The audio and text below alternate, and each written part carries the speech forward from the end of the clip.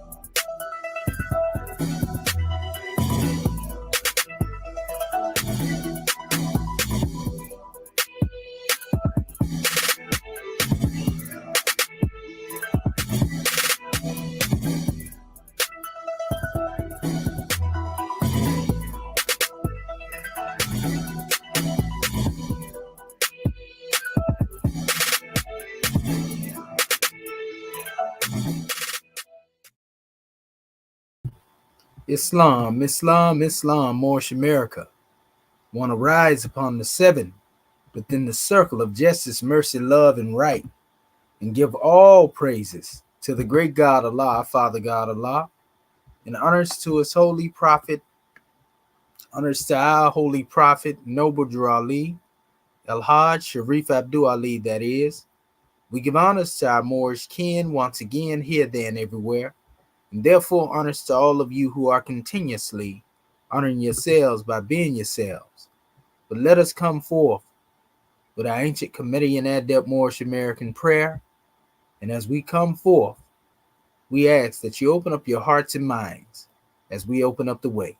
Islam, Islam, Islamism. And now we will call forth our beloved brother of the Iowa Territory, Dr. Bati Bey, Consul General, Islam Grand Man. Islam, Islam, Islam. Dr. Bati Bey with the Iowa Territory. First, I'd like to rise, give our man of praise to Allah, understood the Prophet, understood the accredited government, our royal council, our flag, seal, emblem, our divine constitution, our swift angels, our muftis, citizens alike. Understand all the Moors that have spoken before me, all the Moors that will speak, all the Moors in the sound of my voice, all are scribes on the panel. And I will begin with the Comedian and that Moorish American prayer. Ya Allah Abdu Haru Makunetaru, Ya Allah Abheru, Ya Allah Ma'atheru, Ya Allah Hotepheru, Ya Allah Haru, Ya Allah Ma'atheru Kuti, Ya Allah Awajejuti, Ya Allah Patim Sutek Patim Haru, Ya Allah Bamaduti. Al-Hedi Sepsisrei Abtu Ali.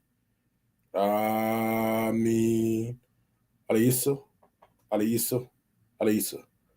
And that is to say, O Allah, the Father of the universe, O Allah, the Father of love, O Allah, the Spirit of truth, O Allah, the Spirit of peace, O Allah, the Spirit of freedom, O Allah, the Spirit of justice, O Allah, you are my protector, O Allah, you are my guide, O Allah, you are my salvation, by night and by day, O Allah, through your holy prophet, O Allah, Drew Ali.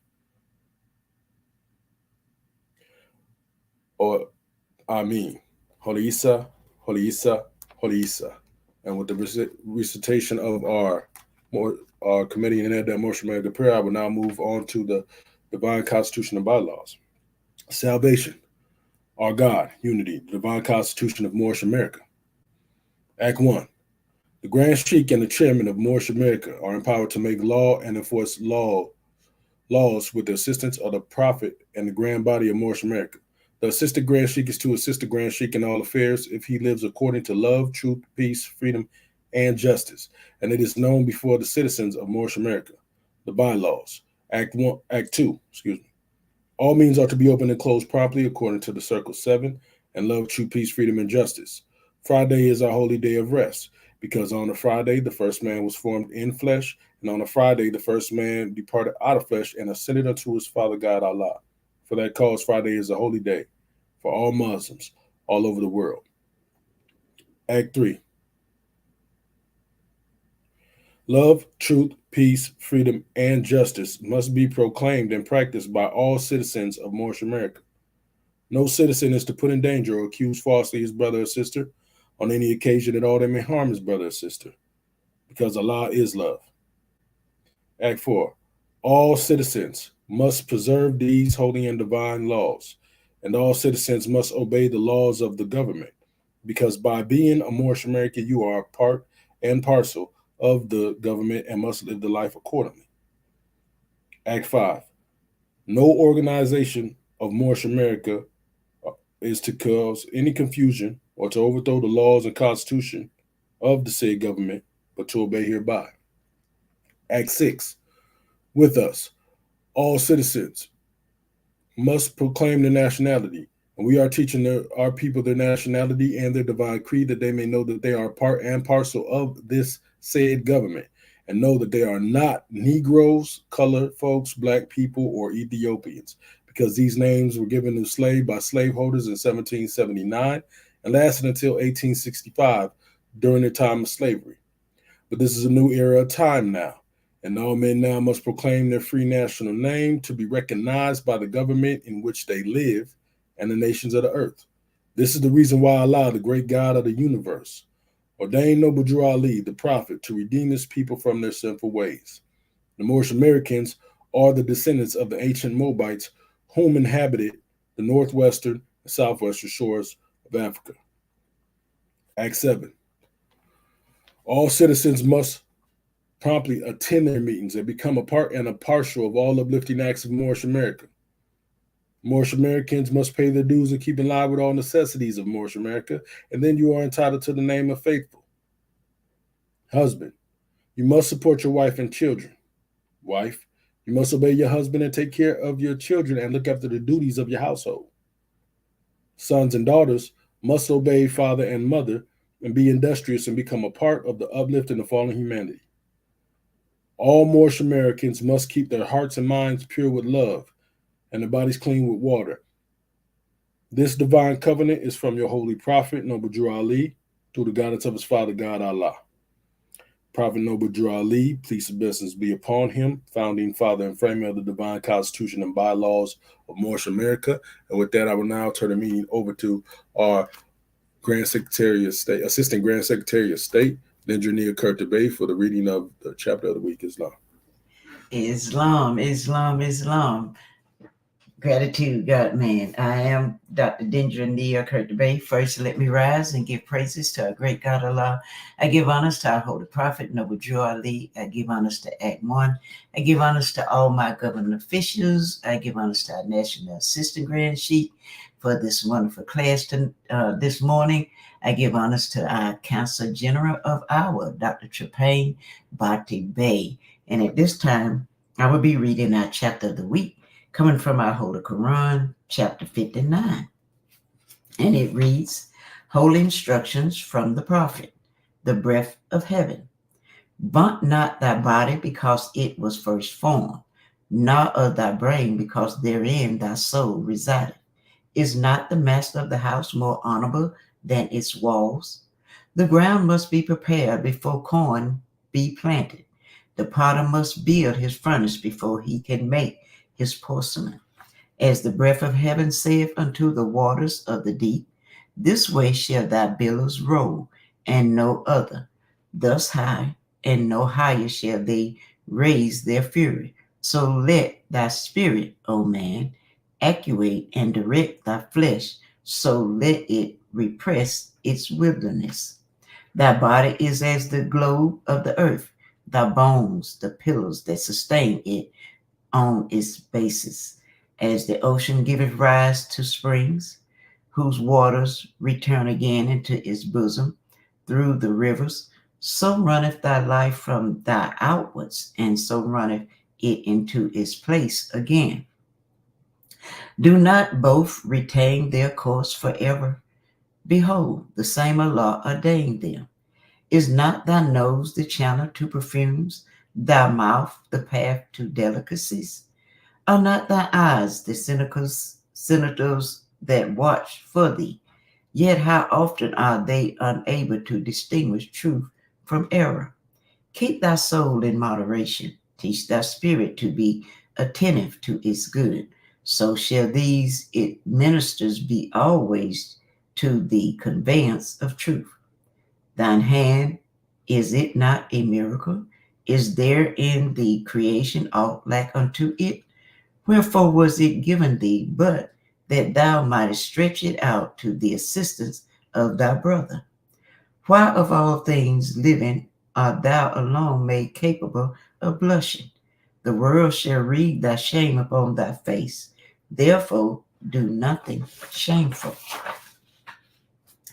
Fear and dismay, which robs thy countenance of its ruddy splendor, avoid guilt, and thou shalt know that fear is beneath thee, that dismay is unnamely.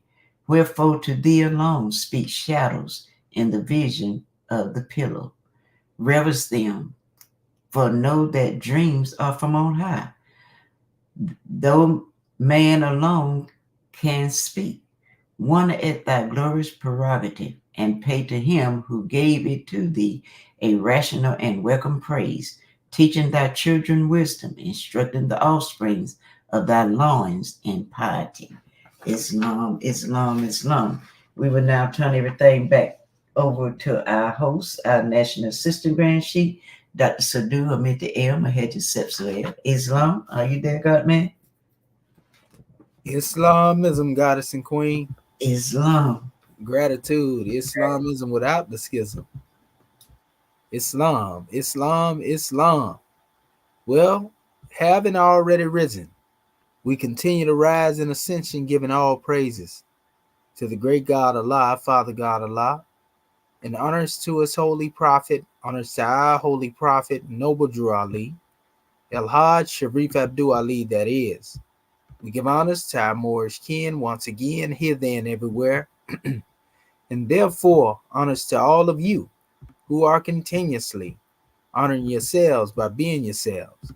We give honors to our Grand National Seal, Grand National Emblem, National Flag, Divine Constitution and Bylaws.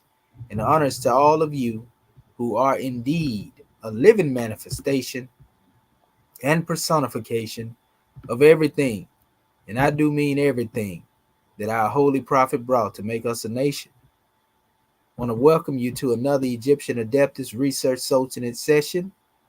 Now, I'm your host instructor, Dr. Shahid Imani Mohadi Shabazz El, and my ancient committee and high name being the same as Dr. Shedawal Minti El Muhajjid Shepsuel.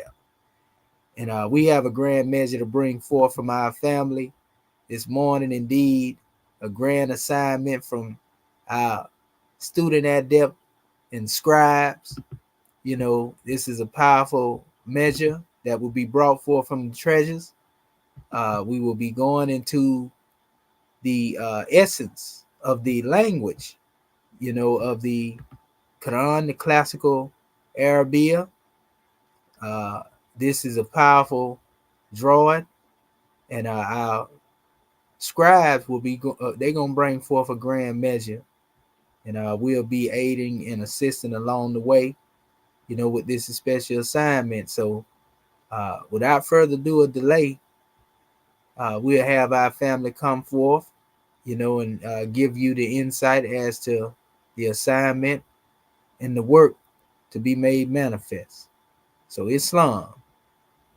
All right, scribes.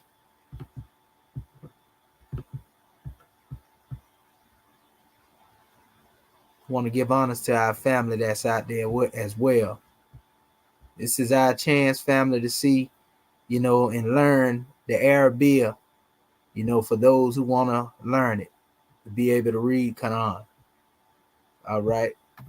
Islam, Islam, Dr. Bati Bey. Gratitude, grand man. Islam. And I don't have any things to share. I don't have no slides or anything to share. So when you was talking about going to the Amagat and the let me get to the assignment. Get the Yes, assignment. sir. Okay. Well, you don't Praise need the Lord. Again. Okay, pardon, Seth. I was gonna say, well, you don't necessarily need a PDF or nothing like that, but you probably want to. Do you have an alphabet chart that you can present? Yes. Okay. And I also have this. If I could present this, I looked up on YouTube, and this dude was teaching his son the alphabet and the way he did it, because the different like I, U, E. He was going through that and made a song out of it. And so I didn't know if I could bring that forth to just to aid and assist the family as well. Well, what Harmonics. we want to kind of be careful with putting the video clips up here, because they be striking videos a lot of time. So if you can play it from your phone, oh yeah, that'll be all right. Okay, and so I'm gonna bring up the Arabic chart that that's not 1 second. Okay, here we go.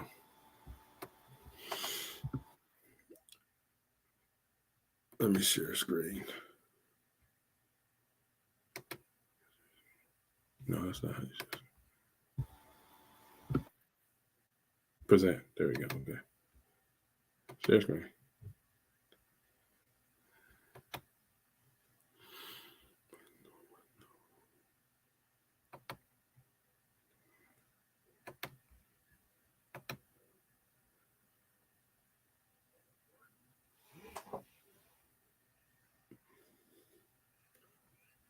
Okay, we got you in queue. Islam. And so Islam is. I'm gonna go over it first, and then I'm gonna introduce the video, because it aided and assisted me. I literally learned from the harmonics on how to say Yes, it's sir. easy. Yes, sir. Pardon, sir. Like I say, play the video in the background, Okay. if you can, through your phone.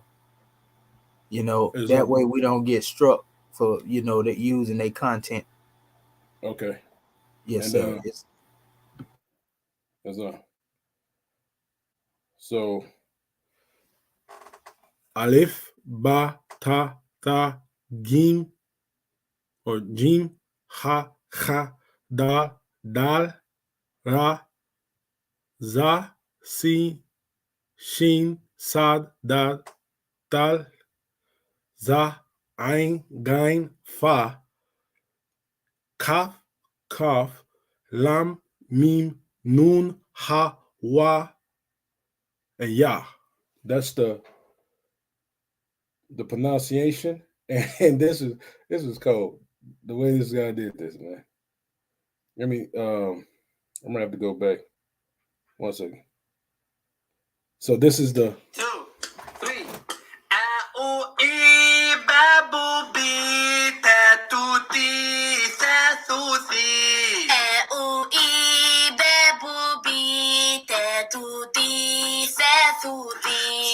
سيجاجوجي حاحوحي خاخوخي دادودي جاجوجي حاحوحي خاخوخي دادودي سيذاذوذي راروري زازوزي ساسوسي ذاذوذي راروري زازوزي ساسوسي سيشاشوشي صاصوصي ضاضوضي طاطوطي شاشوشي صاصوصي ضاضوضي طاطوطي سيضاضوضي عاعوعي غاغوغي فافوفي ضاضوضي عاعوعي غاغوغي فافوفي سقاقوكي كاكوكي لالولي مامومي قاقوقي كاكوكي لالولي مامومي سنانوني هاهوهي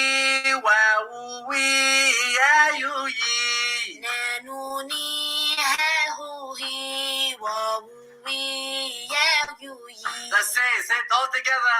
Let's say. Ibabu bita tuti, jajuji hahuhi, khafuhi, dadudi, zadudi, raruri, zazuzi, sasusi, shashushi, sasusi, dadudi, tatuti, ضاضوضي عوحي ضاضوضي فافوفي قاقوقي كاكوكي لالولي مامومي نانوني هاهوي واووي يايوي. Goodbye. Islam. And that was one of the easiest ways because it gets stuck in my head. So now, just to go off of the different pronunciations of, and that's kind of giving you the the initial, middle, and end version of the alpha of each of those the alphabet, and so that's what I like it. And then when you get to this, the ha, it's kind of saying, yeah, it's kind of doing the yo hey waf hey, ha hu he, and that's just something I noticed out of that. So that leaves a couple pieces, huh? Islam, gratitude for your measure, brother. All right. Islam, next scribe. Islam. Islam, Sister Curta Bay. Islam. Honors has already been given. Our assignment was, I don't want to put, our assignment was to use the Amalat website and to familiarize ourselves with the Arabic alphabet, its rules and pronunciations. And then the second one was to practice your harmonic tones and memorize the alphabet. So I don't want to put my chart up there, because if I put the chart up there, I can see it. And I want to try to, you say memorize the alphabets. And that's what I did. I memorized all 28, and I want to try to see before my family, a little bit nervous, see if I can say them without, I'm not going to cheat. I got my paper here, but I'm getting ready to turn it over so I can't see it. And that's why I don't want to put the chart up there, because if I put the chart up there, then I can see it. So I don't want to see it. And trying to memorize all 28 alphabets. And what I did is I remembered the first 7. I memorized the first 7, and with 7 stand for perfection, the perfect circle 7. And then I memorized 12. I memorized 12 in that order. And I got that down pat. And I thought about 12 represents government. And in my mind, I'm thinking like house and a whole group of, that's just the way I memorize it. So when I get to that 12, when I get to that group, I know what alphabet comes first, like duh. And so I want to try to get my tongue right and say these things, because I know in Arabic, as I was learning, he was saying, if I don't get my tongue right, I could end up saying something else, and I could change the whole word. But I know as I continue to practice, it'll come to me. And then the after I memorized the 12, I then memorized 9. 9 meaning re-entry, and the 9 meaning the first letter, the first 9th letter would be fa. So, all right, family, here I go. I'm not looking at anything, and I'm gonna relax and breathe. I'm gonna try to get my tongue right to say these things, and then afterwards, if need be, I can put up the chart that I had. But I don't want to put it up now because I have no way of not looking at it. So Islam. So here I go. Alif, ba, ta, da, alif, ba, ta, the, jim, ha, ka, ka. I'm trying to get that coming from ka, ra, da, ra, za, zain, sing, sheen, sod, dod, the,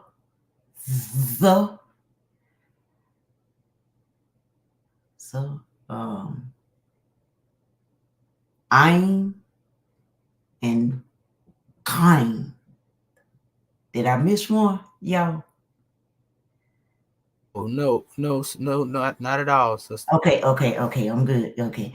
Ein, kind, and then fa, cough, calf, lamb, mean, noon, ha, wa, ya.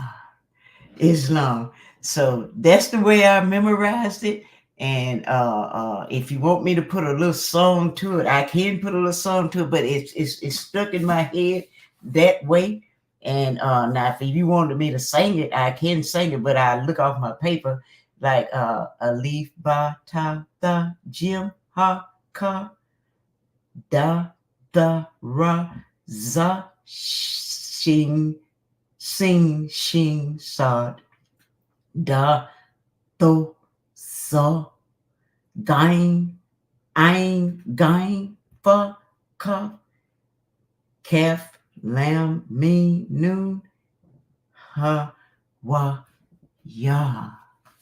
Islam. So that's the way I memorized it. And for as the website that we had to look, you wanted us to look at, I did study that. I looked at some of the rules. It talked about, just putting your tongue right and getting your tongue right and having. It also talked about if you have the little slash at the top, which will mean a. If it's at the bottom, it means it would mean a I, and then you got most of your alphabets. They come in like sets, like 3, and then 2, and then 1. And to distinguish the sound, you put dots, like 1 dot, 2 dots, or 3 dots.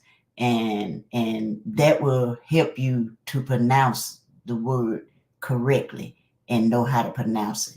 And so, but that's as far as I got.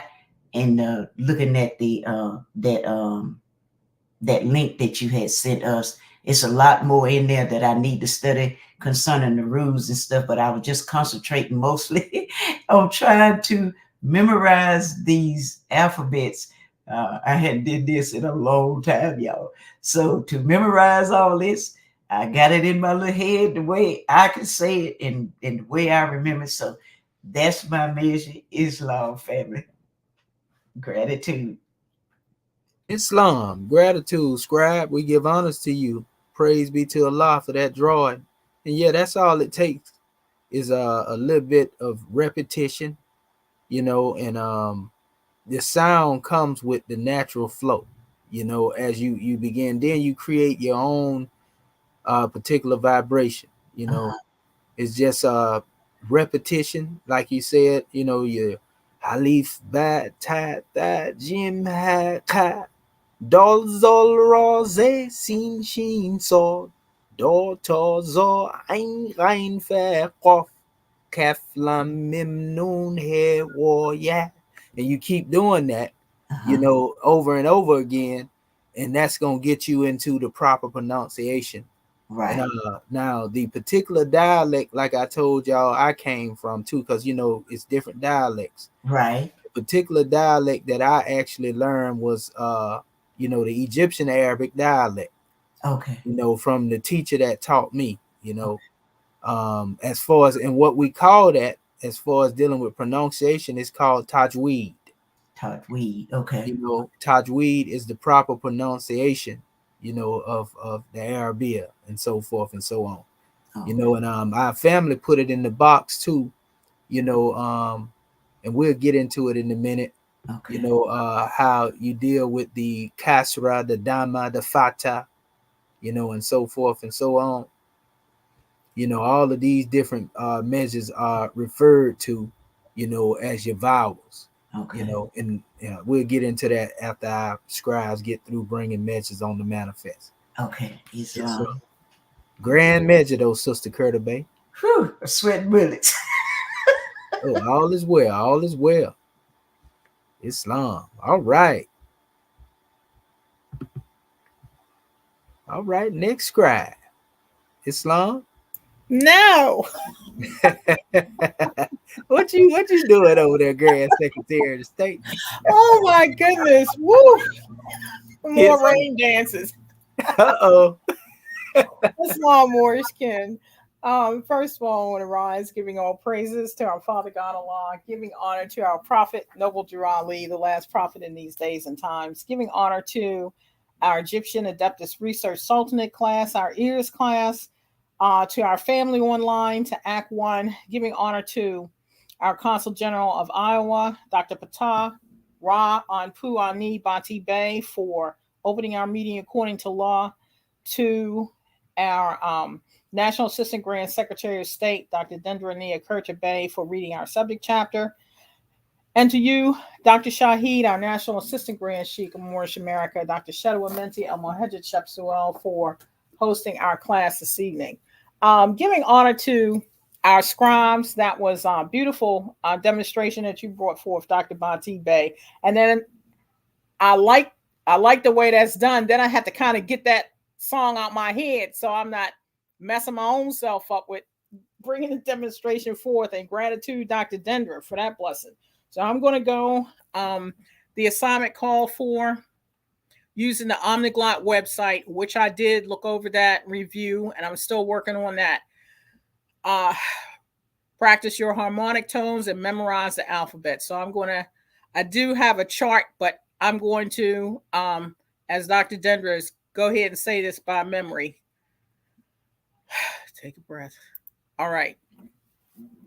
Alif, ba, ta, tha, jim, ha, ka, dal, thal, ra, za, sin, sheen, sod, da, to, tho, ein, gain, fa, kof, kaf, lam, mim, noon, ha, wa, ya.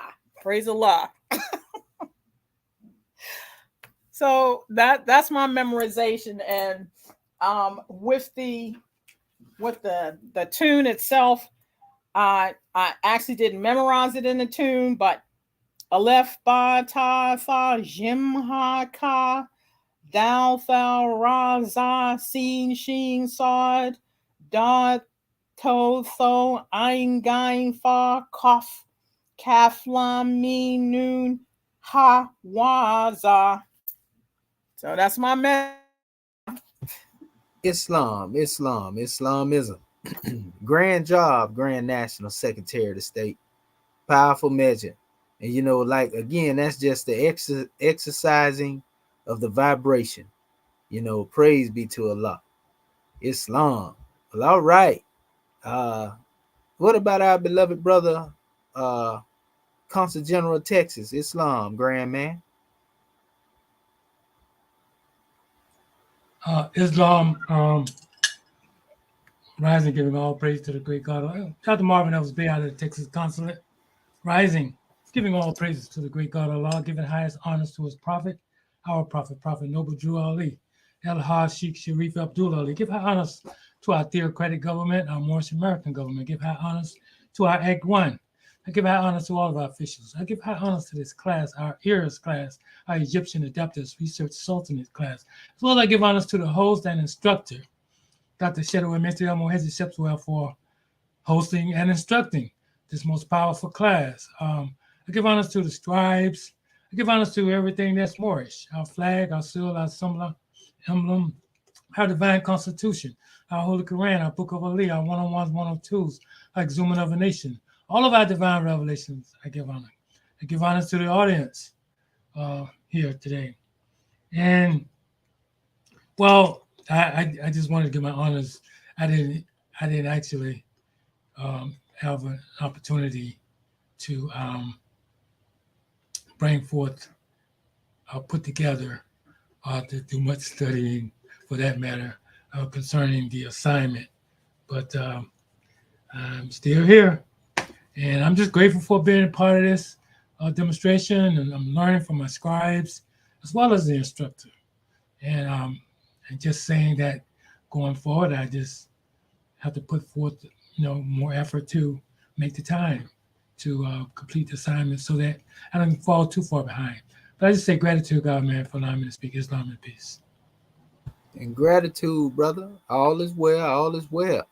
Yes, sir. We grow a pace at a pace. So praise be to Allah and Islam, for your efforts. So what we gonna do, we're gonna go a little further into the measure. We'll kind of scan back over what we were dealing with before in our last measure to pick up what we left off so that our audience can also get the visuals now on what it was that we have been demonstrating. We just getting into this. Those of you who are interested in learning the Arabic, it's not hard. It just takes practice, and it's putting a little dedication into it, and you'll see how easy it is to pick up. It's real easy to pick up. You'll see what I'm saying when we say it's just familiarity, basically. So we were showing in the Omniglot, up here, it gives you the history, and we actually gave a rundown on the history in our last session and went a little deeper. We went into the Mudar language. We identified Mudar with being the Demotic text from the Kemetic aspect, through which Arabic has derived its particular style of writing. We went over that in our last class. We went over our Islam, Grand Secretary of the State. Pardon the self, Dr. Shahid. It's a smaller box. Yeah. Oh, Praise Allah. Islam, gratitude, Islam. Praise be to Allah. Okay, yeah, we can actually go into a few measures that our beloved brother Mustafa Gadala spoke of as well. So as we were showing our people, this is what people get a misunderstanding at. There are people who are calling classical Arabic, modern standard Arabic. They're getting them mixed up. And so modern standard Arabic and classical Arabic is two different things. As you see here, tell you, that classical Arabic, this is the language of the Quran and classical literature, right? It differs from modern standard Arabic, and I've been going back and forth with brothers who've been saying they, I speak you recite the Quran. You don't speak the Quran. You see what I'm saying? You speak modern standard Arabic. So anyway, it says it differs from modern standard Arabic, mainly in style and vocabulary, some of which is archaic. All Muslims are expected to recite the Quran in the original language. However, many rely on translations in order to understand the text, which is what most people, if we deal with the English language, we have to deal with the translation until we learn the Arabic, because we didn't grow up, dealing with Arabic, and even if we did, we still couldn't use day-to-day Arabic, as, Quranic Arabic, because there are many words that carry different meanings. So that's why we tell people, just because they learn modern standard Arabic, or what we call Bedouin Arabic, this is what they call right here, Al-Lagatu Al-Arabiya Al-Fusa. You see, so when you hear somebody saying they speak of Fusa, like we had a brother, I was having a conversation with, called himself Morpheus, on the brother Sadnetta's channel. He was talking about, I deal with Arabiya Fusa. Arabiya Fusa is not Quranic Arabic. Quranic Arabic is Nakashi. You see, a Nakshi, as they call it sometimes. What they call Kufik. You see, two different things. So it says the universal language of the Arabic speaking world, which is understood by all Arabic speakers. It is the language of the vast majority written material, formal TV shows and lectures and etc. So it's distinguishing the two, and so don't let nobody mislead you because they can speak this modern Arabic, that they are actually dealing with Quranic Arabic, because I was dealing with a brother and he actually was from Egypt, on the same show. And he never really studied Islam though, as far as dealing with being a Muslim, but he was going in on the hadiths, and I came forth to correct the brother in a particular areas. They're like, how you gonna say this? This man been speaking Arabic, but he don't understand Quranic Arabic. You see what I'm saying? Even though he actually speaks Egyptian Arabic as his dialect, he still don't understand the Quranic Arabic. And we expose certain things, and this is why they'll end up coming up with different meanings for certain things, where it says, for example, a kul huwallahu ahad. They were saying that mean, the word ahad means one of many. And I was telling them, no, brother, the word ahad means one. It don't mean one of many. So we went back a couple of times on this, and I had to go into it and show them, in the Quranic Arabic, and they seen it, but they were still saying, oh, this is the original. No, brother, you dealing with day-to-day spoken Arabic. And so we went back and forth on that. Anybody that know the Arabic know that though, because it's like 7 different dialects of Arabic. You see, 7 different dialects. And the dialect in which the Quran was revealed is a divine dialect. So just because you speak Arabic don't mean you understand the divine dialect. You have to learn that particular, measure when you're demonstrating it. And we're not talking about simply just dealing with sound, but we're talking about the words that are used. You see, because certain words that are used in the modern didn't exist in certain aspects. So you got to be careful not to apply that. People will correct you. You see, unless you just speaking a dialect based on a particular country that you in, so it's all right to learn the different dialects, in the different countries that you in, and they have even more. But we speaking of the main 7 that they talk about, which is really reflective of the original 7 Coptic dialects, because Arabic came after the Coptic, as well. So it says it here, it says each Arabic speaking country of the region also has its own variety of colloquial spoken Arabic. These colloquial varieties of Arabic appear in written form in some poetry, cartoons, comics, plays, and personal letters. There are also translations of the Bible into most varieties of colloquial Arabic.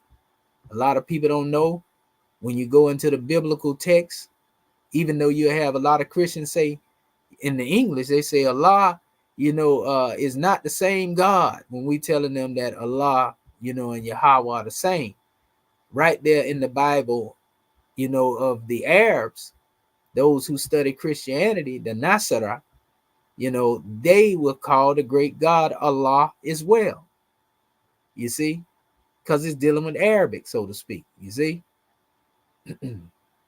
So anyway, it goes into Arabic also being written with Hebrew, Syriac, and Latin scripts. It got different measures they go into. It went into certain areas. These are different nations that write Arabic. It's very wide, far and wide. You got Mozarabic. It goes all over the place. If we go into all of the, you got Arabic, and we can go into a couple of countries. Let's just say it's very widespread, almost like English is with us, But anyway, it tells you the type of system it is, abjad, and that when we was going into the measure, the proper order is abjad, the alif, ba, ja, a jim, You see, and then you have again ad, abjad, which is another way of saying alphabet. Some people have what you call an abugida language, and then you have the alphabet.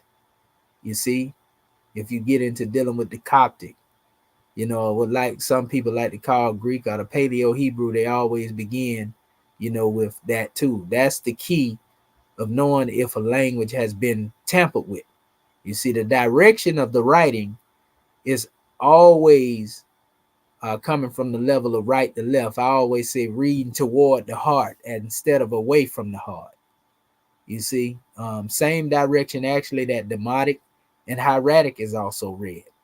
You see, so it was read from right to left, even in those languages, as far as dealing with their particular alphabets. It's a number of alphabets, dealing with the 28, and then some additional letters that say are used in the Arabic when writing place names and foreign words containing sounds which do not occur in the standard Arabic. And this deal with different dialects you go through. Some people might put a P and some people might put a F. Some people might add all different letters,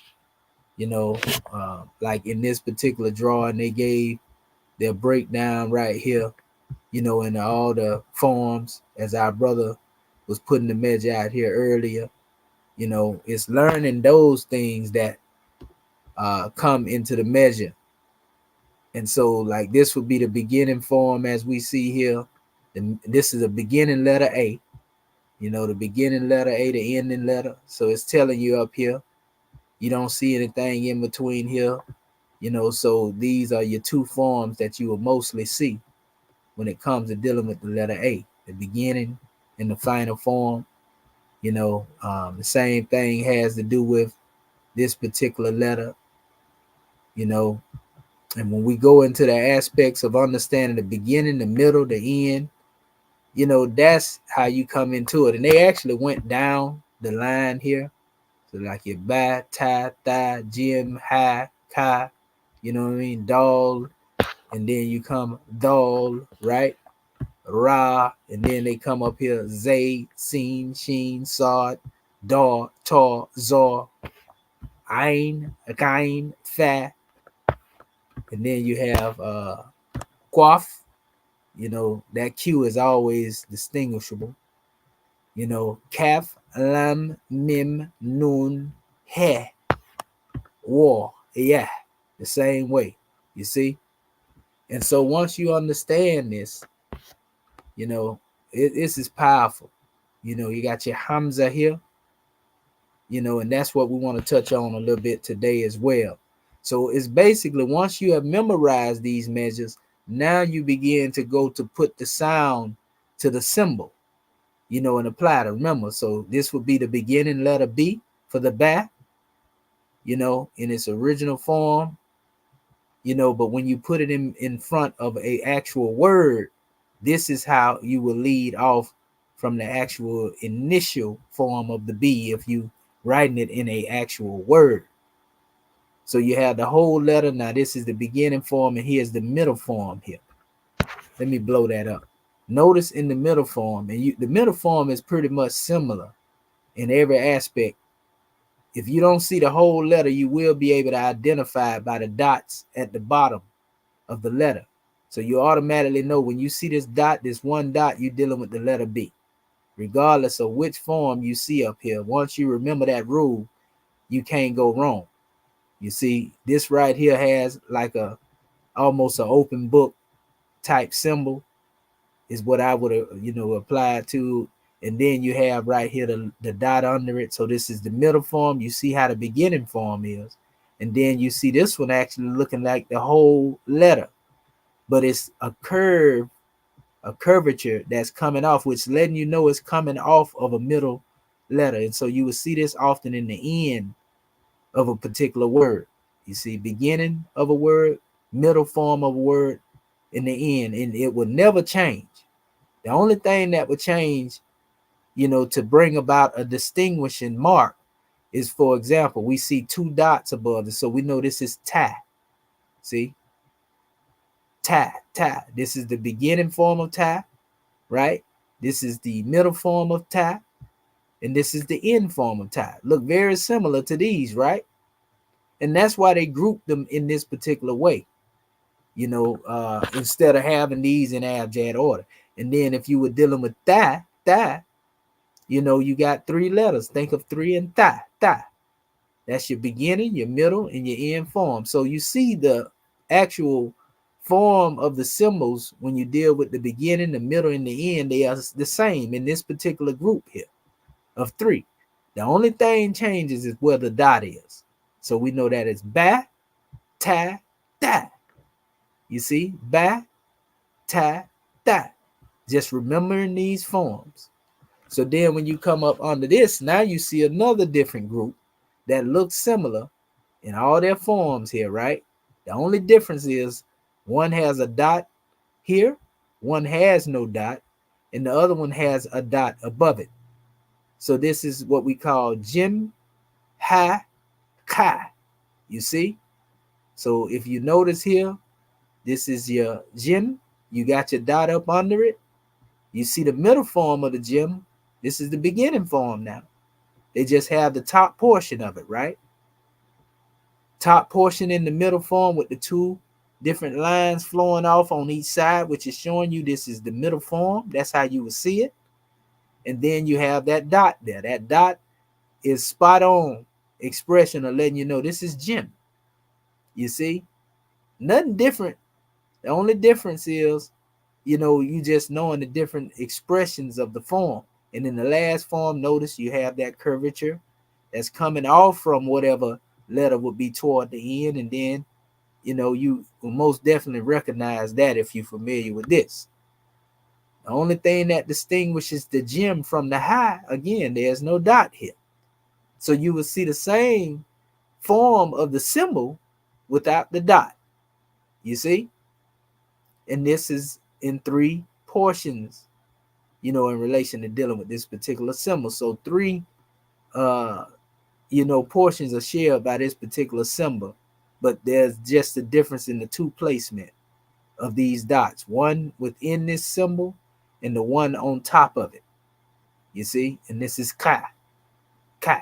You see? KH, KH. Sound it out, KHA. You see? So this is Ka, but you wouldn't write it KHA. It would just be KH if you were writing. You see? So this is, again, the dot at the top, dot at the top, dot at the top, and just a change in the form of the symbol itself, beginning, middle, end. Once you get used to that, seeing that, it will start to jump out at you. Now, again, when we get down here to the dog, and you can see that there is no middle form here being demonstrated. It would just be presented as you would see it in this beginning portion or in this particular portion here where you see the curvature coming off and attaching to that. Sometimes you can confuse this as Ra if you're not careful. So, you just got to be able to see the form and you'll get it. Trust me, it comes with practice and time. And you see the Ra here is what I'm talking about. And over here, you see the beginning and the end. This is the end form. And this is the same. You only have 2 of similarities here. This is Dal, D-H. So this is D, the letter D alone. And this is D-H. Now, sometime in sound shifting, you would actually see D-H, T-H, like da, da, da, da, depending on what chart you're looking at. So that's all dealing with sound shifting. It's not a big problem. Not anything really big about that. You'll see it and be able to differentiate when you see it. This is za, za. You can actually see that this za, which is often demonstrated like a letter D, so to speak. Zay, some people say Zay. See the R, the Ra is similar. So you want to remember the difference between that letter R and this particular letter here. Zay or Zah, you want to make sure that you see that it has a dot on the top of it. You see? So these are different aspects of it. So we see the isolated form, most cases, represents itself right here in the ending form of these letters. This is actually seen, the letter S alone. And you see, the beginning form is pretty much this portion here, with a curvature on, coming off a little bit. Then we see the middle form of seen here, and then we see the end form. You see? Then we come up under this, we see there are only two symbols, in the form here that's being demonstrated per seen, and this is sheen. So this is SH. You see? Sheen, sheen. And this is the different form, same as this up here. And then we have up under this is another S. This is sod. Sod. You see? Different from seen. Some people may confuse it, but there's a different expression. One is seen, one is sad. You see, like sad. Okay? And so if we look here, we see it here in its different form, beginning form, middle form, and then final form.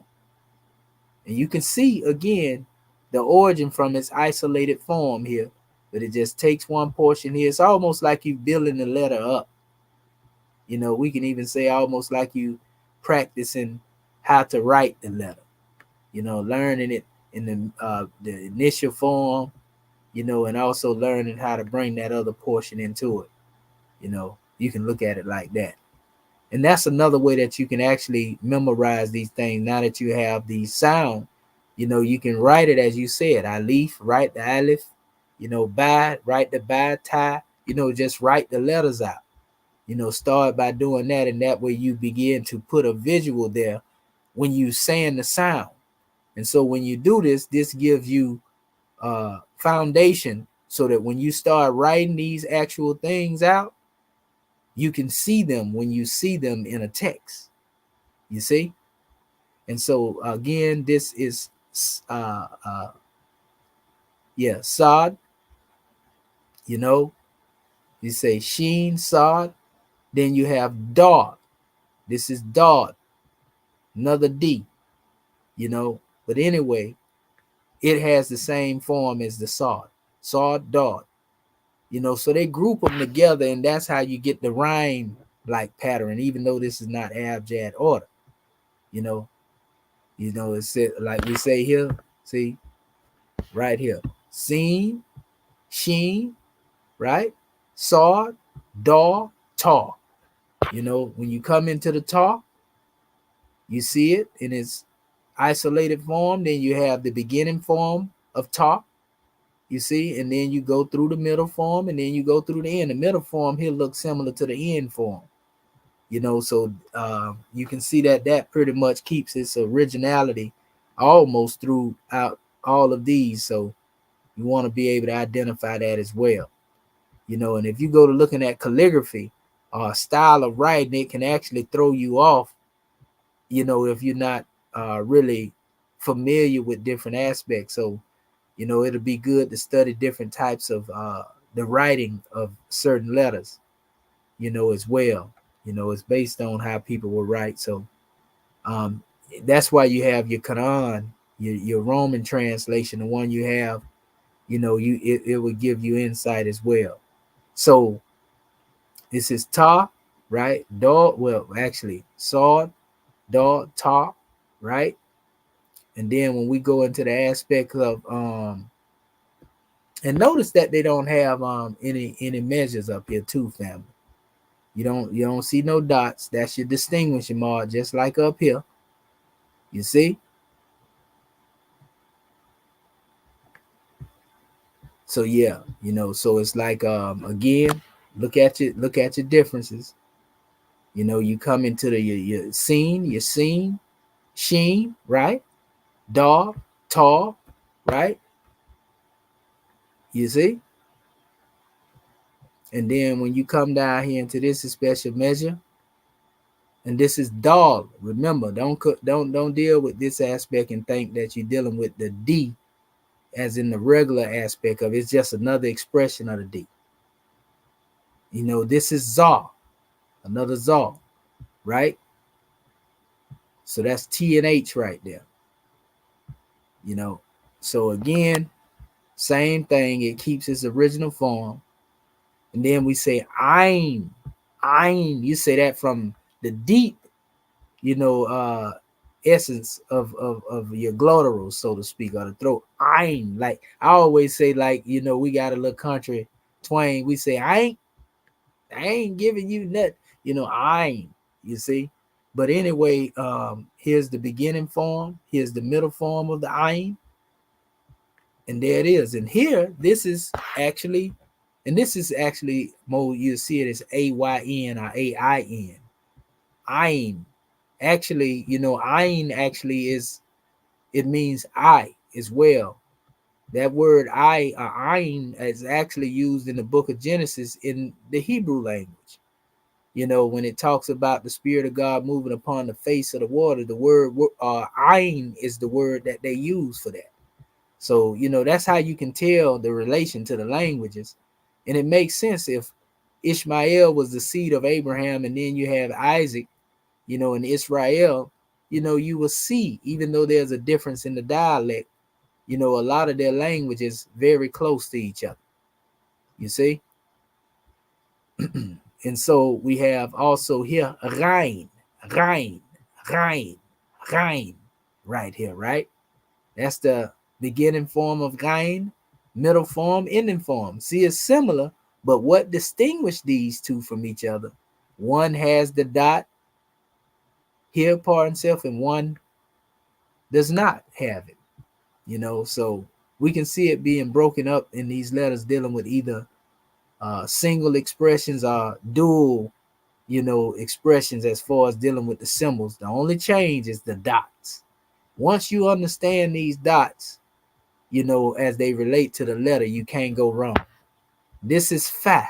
Fa is a very unique letter. You know, sometimes it can kind of throw you off, you know, with the quaff, you know, the Q if you're not careful. You know, but it's pretty unique when you see it because it has one dot here. And you see the beginning form of this letter Fa, the letter F, you know, and then you have the middle form of it, and then you have the end form. You know, now when we come up here, this is what I'm saying. You know, if you're not careful, you can kind of confuse it. The only thing that would distinguish it is the two dots. You see? And there's an elongation too on the Fa that also makes it known because it's longer, but you know, they still have a similar shape. So this is the Quaff, the letter Q. You see? This is the beginning form or the initial form. This is the middle form. And this is the ending form. You know, when we come to the letter Kaf, this is K. You know, often spelled K-A and F. Kaf. You see how sometimes just Ka, depending on who it is that's demonstrated. Now, this one can be tricky a little bit because you see this form here and it somewhat switches up. You can look at it like this particular portion here being supersized, you know, or made a little bigger, this symbol in the center here, you know, and it don't have this little J looking portion to it. You see, this is the beginning form of this one, and then the middle form, you know, right here. And when you see this in a word, you can kind of be thrown off by this right here. So you have to read it carefully, you know, until you become, you know, conscious of, you know, how to differentiate between this beginning, this middle, and then the end form. It's obvious it's similar to the beginning form, what we would call the isolated form here, so to speak. This is actually the beginning form. So, yeah, you want to pay attention to that. This one, you know, is unique to itself. This is Lam, the letter L. You see, letter L, and that's the beginning form. This is the middle form. It's the ending form. It looks just like the isolated form. It just has, like a branching from whatever is in the middle, and that's so that you can write it. So this is also under it, the letter mem, letter M right here, mem. That's the beginning form, the middle form, and the end form. You see? And this is the letter Nun, which is also, a lot of the rest of them are pretty much, they have an isolation to them. You should be able to spot these ones very, very easy once you train the eye. So this is Nun, which is the letter N. You see? Same thing, but this is the beginning form of the Nun. This is the middle form, and this is the final form, the N. You see, which looks just like the isolated form again. This is also, it can trick you a little bit. This is, notice they have the original origin of this particular letter here, star, and here this is ha. We showed you this particular drawing when we was dealing with the actual origin, and showed where they actually got the glyph from in the Demotic language, for Allah. You see? And this is actually the letter H, and you will see it here as ha. Again, this is H here, but you see the form in its beginning, but then you will see it here in this form in its middle. And you can kind of see a similarity in this. It just has a little curvature coming off a perpendicular line instead of this horizontal line with one on the loop on the bottom, one loop on the top. You see, so you just have to be able to differentiate these particular measures. They are something you have to get used to as well. You may see different aspects, like you'll probably see this right here if you're dealing with modern standard, if you was reading something in that form. But that's not an issue to really worry about when you're dealing with Quran itself. This is Wa. This is the letter W here. Wa. Wa. W-A-W. And it, as you can see, has its form here, in its isolated form, and it just goes straight to the ending form. Ain't a whole lot, with this particular one. You should be able to identify it easy. This is yeah, the last one. You see, yeah. You see? And you can see the same different measure here. It's only the dots. It ain't really nothing you got to distinguish between. You pretty much, this is isolated case as well. And we get into the Hamza. We finna get into those different forms as well. So, this is a good drawing. This actually shows you the different sound shifts, that we always talk about. And this is based on, in most cases, you're going to see this as Aleph in the Grand Quran. But you'll see some people that will use E in the place of this symbol here. This is all dealing with sound shifting. So you'll know when it's time to deal with a sound, because it's normally this is B. So if you see a P there, automatically you equate that with a B in classical, because in most cases you're going to see it as B. In all cases I done seen, this P will come into dealing with, a lot of the other different expressions, like in your modern standard. See the T here? You see the she, that it's going to always be she. This th. No, you ain't going to see that, and more likely in the Quran. It's going to always be shin. Most of the time you don't see a G. You could, depending on who dealing with it, see how they put the D and the J here as well. You're going to mostly see the letter J in the Quran. You're going to always see it, to be honest with you. This, I don't know why they just put 7 under here, but this is ha. This is your ha, your letter H. Maybe they was trying to put letters in here and they didn't have the letters for it.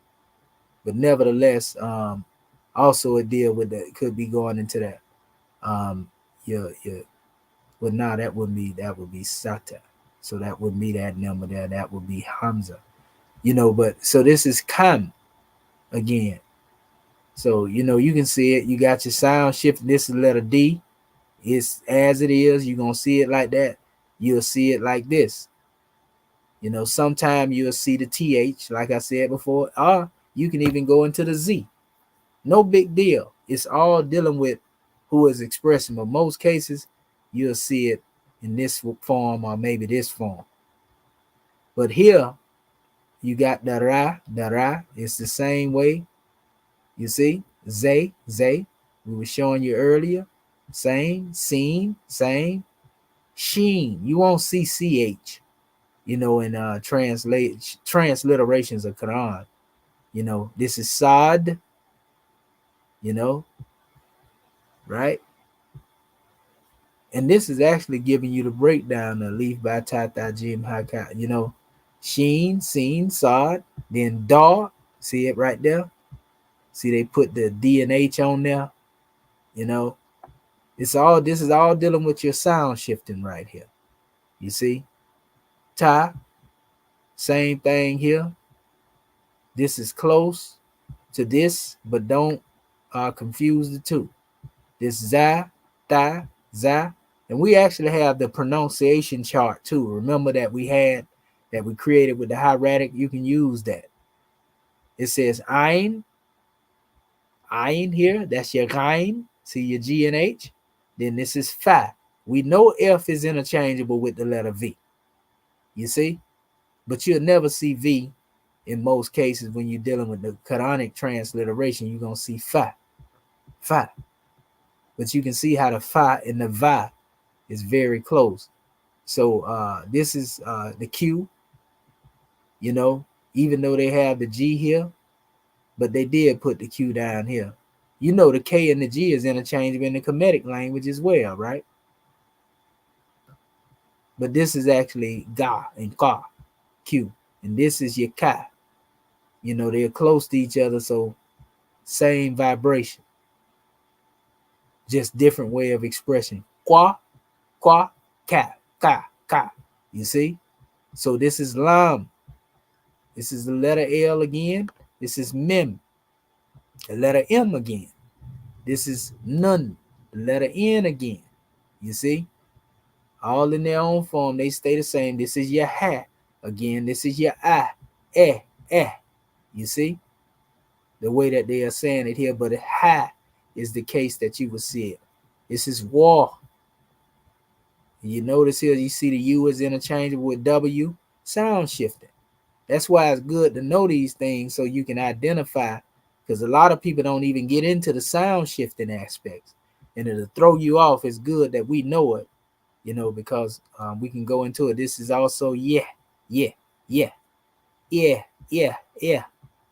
So that's pretty much, the gist of all of these things. Then you have the numbers down here. You can learn those as well, so that when you go into, certain surahs, are the Jews, different sections of the Quran. They call them Jews. Like during the month of Ramadan, you read like a Jews per day, and it allow you to read the Holy Quran. It's a particular note that lets you know when you're at the end of a Jews in most Qurans. So once you see it and you understand, now you begin to look at these particular letters as they compile different measures. You see? And now this don't have any vowels pretty much over it. That's why they call it unvocalized. You see what I'm saying? Now the vocalized aspect, you see the vowels are the diacritical marks on them, meaning the marks that's on the top and the marks that's on the bottom. You see? Once you have that knowledge, it's like, it become like clockwork. This is more advanced, when you deal with what you call the classical Arabic without the vowels, and this is going to help you if you're dealing with it from the aspect of learning it for us, because that's why these things were brought forth to help with, a smooth pronunciation. So this would be you, right? You adu, right? You adu. You see? This would be Jim, right? You have the A here, Ja, right? There's an M here in between this. See? Jami, Jami, right? And it flows right into the letter Y. Jami ah. You see, Jami ah. You see, El Nasi. You see, this is actually talking about man right here. You see? And then when we go forth and so forth and so on, right? This is again I, and this would be ha, right? In this particular form here, you wouldn't even have to sound out, so to speak, because it flows hari, el hari. You see? Ra. Most of the time, if you see this ra'in, that's an A-N right here. Then you have mu, because this is the letter U here, the vowel, mutasa. You see? Mutasa. This would be we, ye, we, yin. You see? Fa, ye. Just going through, and this is how you do it. Just identifying your beginning and middle form. Now, what will be helpful, family? And I want to show you this first before I go there, because this is always a good tool to learn. And as you can see right here, the transliteration is right here. See the Yuladu, Jami'un, Al-Nasi, like you heard me saying that a few minutes. It's the same thing. That's what I was just transliterating, pardon self. And so I'm trying to find this for you.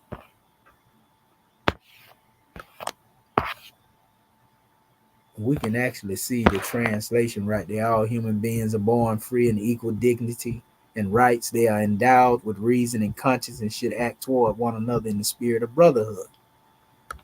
Article 1 of the Universal Declaration of Human Rights. And this would be produced in your modern standard expression too, by the way. So they actually have a sound on it. Islam. Dr. Shaheed, before you go, that first line of this, when I looked at that, see, that's what be confusing me. Okay, up under the sample Arabic text, vocalize. Okay, that second word right there. Talking about right here? Yeah. Okay, then now that little thing on the end, how would you, because I was thinking that's ayn. Yeah, that is the ayn. So how did you say pronounce that? I thought that was the ayn. And so how you say pronounce that? It comes, see, this is J here, right? This is Jami, right? Jami, and it flows right into the Y. Jami, I. Okay, Jami, ayn. Okay. That's how you would pronounce it, right? Yeah. And you can see it flows into the U, but that's gonna automatically come when you flow it into a Nasi. Okay. But you'll get it once you begin to see these forms in the middle. Yeah. Then that's what was throwing me off too. Like trying to memorize the middle form. I mean the initial form, the middle form, and the final form, the isolated form. All of them different forms because they do change from the original. What I was memorizing. So gratitude, God, man. That was a challenge, but I was studying it, but you made it clear. I'm glad you went over this because you made it clear. I understand it better now when I went through the chart on my own. Gratitude for breaking it all down because I had a bunch of questions. I'm like, wait a minute, what is this? And what is that? How you do that? Okay, Islam, gratitude. Right, gratitude. And these different marks that are above them and beneath them, these diacritical marks, this one is called Fatah. Like our brother Rahim Shamar was speaking in the middle, the Fatah. And now you know the name of it now that you know what they are. This represents the letter A. This is Fatah, right? Kasra, the letter I, sometimes they'll put Y, some people put E. but the kasra is beneath. Fatah above, kasra beneath. You see? And then you have dhamma. This is dhamma, which is the letter U. You see? And that they actually have it here. Ba, bi, bu. You see? So you can see the vowels being used here. And this is basically pretty much the Fatah Aleph, which is showing you a connection between the Fatah. This would be Ba. You see? B and A. That's the letter A. You see? So once you begin to see that, and it's the same thing here with different letters. This is, again, your Fatah. You can see it here. You see? You can see the Ba, in the way that it comes off. And it's the same thing. So it's really just three of these main vowels, Ba, B, and Bu. You see? And then you have this particular measure. You have Sakun. You see? That's above here. And then you have what you call the Shadda, a Shadda. This is for the double letter. So when you see that symbol right there, like the little 3 with the line above it, that's doubling this particular letter. That's why it's Shadda. You see? Even though that's a letter D, this is the symbol that doubles it. You see? Yeah. And this again comes into the U as well, the Sakun, a long U. Sakun. So once you learn these particular measures here, and this is also a form of Aleph, Allah, La, Lam, Aleph. You see those two alphabets there. And those are the only other things, just learning the name of the symbols after identify. But every time you see this right here, La, you will see it in most cases. Now I'm going to give you an example here. We'll go here real quick. And this is one of your best ways to learn. Go to Quran.com because you're dealing with actual Quranic Arabic. And you can go into any surah it is that you would like. Like I'll give you an aspect of once you learn transliteration, you deal with recitation. You see? Let's see here. Let's see if it Surat Al-Fatiha. This is one of the things that most people learn when it comes to Quran. Surat Al-Fatiha. The 7 most oft repeated verses. And y'all know this is our international prayer, right? And so in the way that I would demonstrate my style, another brother would demonstrate his style, or sister would demonstrate their style in different ways. For example, I would come forth and say, Bismillahir Rahmanir Rahim. Alhamdulillahi Rabbil Alameen. Ar-Rahmanir Rahim Maliki Yawmiddin. Iyyaka na'budu wa iyyaka nasta'in. Ihdina siratal mustaqim. Siratal ladzina an'amta 'alaihim. Ghayril maghdubi 'alaihim waladdallin. I mean, and then, that's how I would demonstrate, my particular style of saying. It don't have to be exactly like somebody else do it. You have your own flow. You know what I mean? I could go to another level.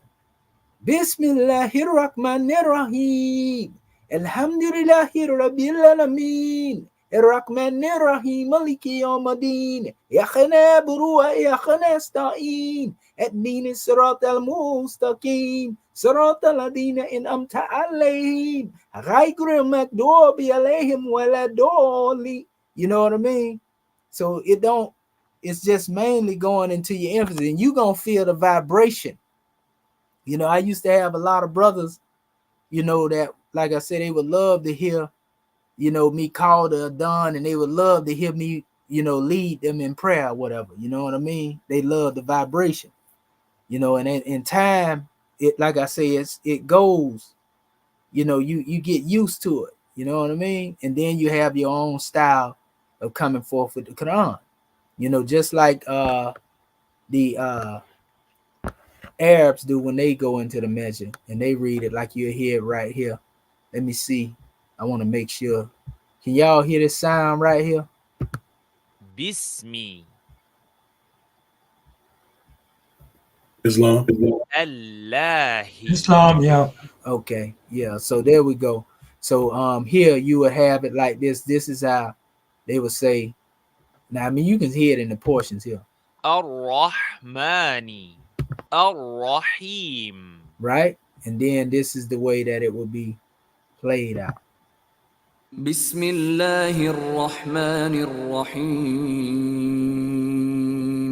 الحمد لله رب العالمين الرحمن الرحيم مالك يوم الدين إياك نعبد وإياك نستعين اهدنا الصراط المستقيم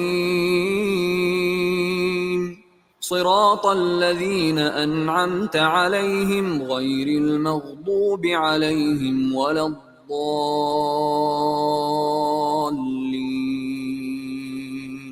Now what you notice is the pattern. Notice at the end of each one of these measures, he pretty much dragged, it's like an elongation of what he's stating.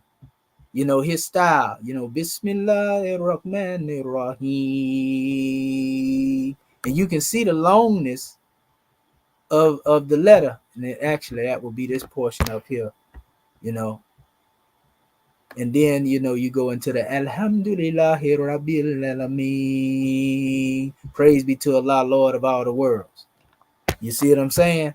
And notice the end, it carries out that elongation, you see, in the expression, and you can see it here. This is often expressed in the long A.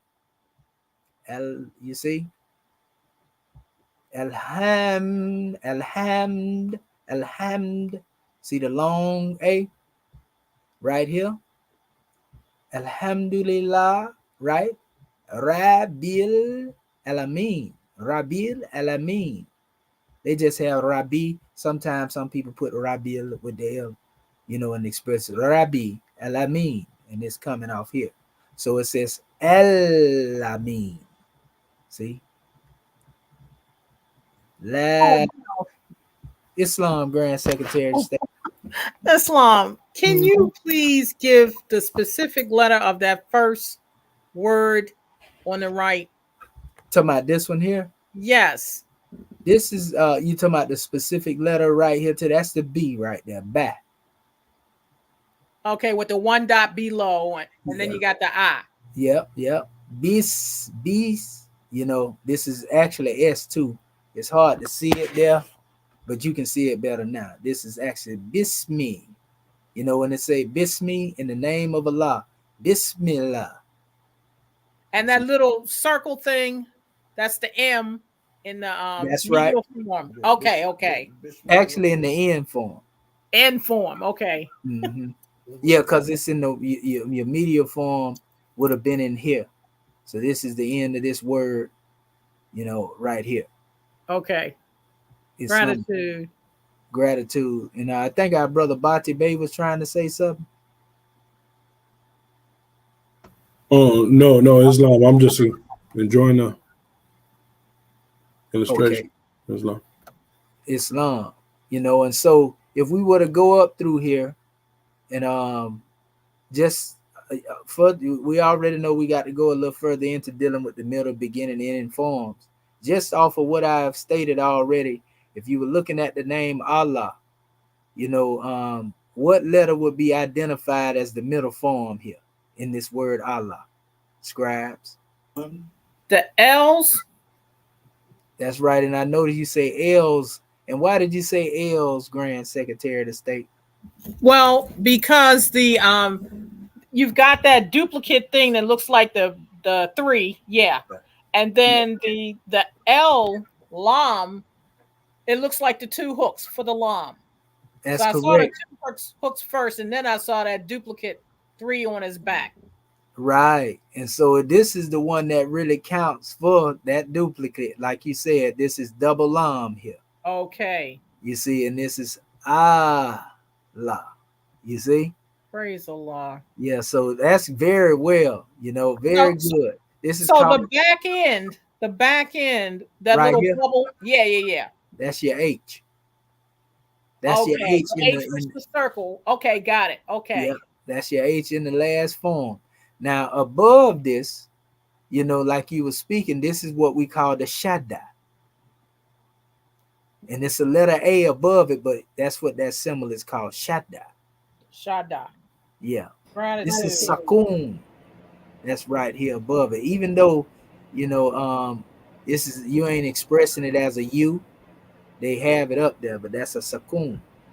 Sakun. Yeah. Yes. Praise So you don't even worry about pronouncing that. Go ahead, sister. Yeah, I think you might be getting ready to get to it, because I would, like the goddess was saying, I see that little old upside down 3 over that. Is that the car? What is that? Is that gonna be the W? It's the alphabet gonna be 2. It's gonna double. It's Talking about right here. right there. This Yeah. is actually What's that? R that's going into the letter H, but sometimes you'll see people put this here, right? But you won't see them really spell that with 2 R's or 2 H's. It's just R-A-H. You see what I'm saying? Okay. Ra. See, this is Ra, right? Okay. Even though they have this here, you won't transliterated most of this word transliterated that way. You may see somebody do it, but most time it's gonna be just R-A-H-M. This is M right here. And this is A, and this is N. Even though it says Rahmani, you mostly see it as Rahman. Oh, okay. You see what I'm saying? You transliterate it? Yeah. Rahman. It'll never be spelled with 2 R's or 2 H's, even though they put the even though the shot of that. Yeah. That was kind of throwing me off. I'm saying, like, now that's a double what alphabet? What is that? Okay. Yeah. In most cases that's where you can rule it out. And it'll be other cases you'll know when you get to it. Like the same thing here. This is Rahim. Now both of these come from the same essence of a root to a certain degree. Ram. This is what Allah say he has kept for himself. It actually refers more to his mercy. It is said that the great God Allah gave, out of his names, all, and he kept this one to himself. Rah, the Rahman, not a Ram. This is actually, it means also womb as well, mercy. It got a couple of different meanings to it. But this is where you deal with Rahman, most gracious, most merciful, Rahim. Islam? I'm saying Islam, Brother Marvin Edwards Bay. Go ahead, brother. Yes, sir. Yeah, that was big. Praise and honor to be given. Yeah, that, like when I learned the Fatiha, I mean, I learned it with the Maulana Muhammad Ali transliteration, and he usually say Irah. I mean, so that's like 2 R's. Irah. Yeah, some people translate it that way, but it's really Al-Ra. See the A and the L? I know where you're coming from. Okay. Well, I mean, but you'll see that. You'll see that. You're right. They'll say A-R. You'll see that in some transliteration, but in most cases, in the proper tone, some people will probably correct you. You got to remember, Maulana Muhammad, all due respect, that particular Quran was the Ahmadiyya Quran. Okay. And so them Arabs gonna definitely go to trying to correct somebody on that because they don't really agree with the Ahmadiyya. You know what I mean? So they're gonna critique them.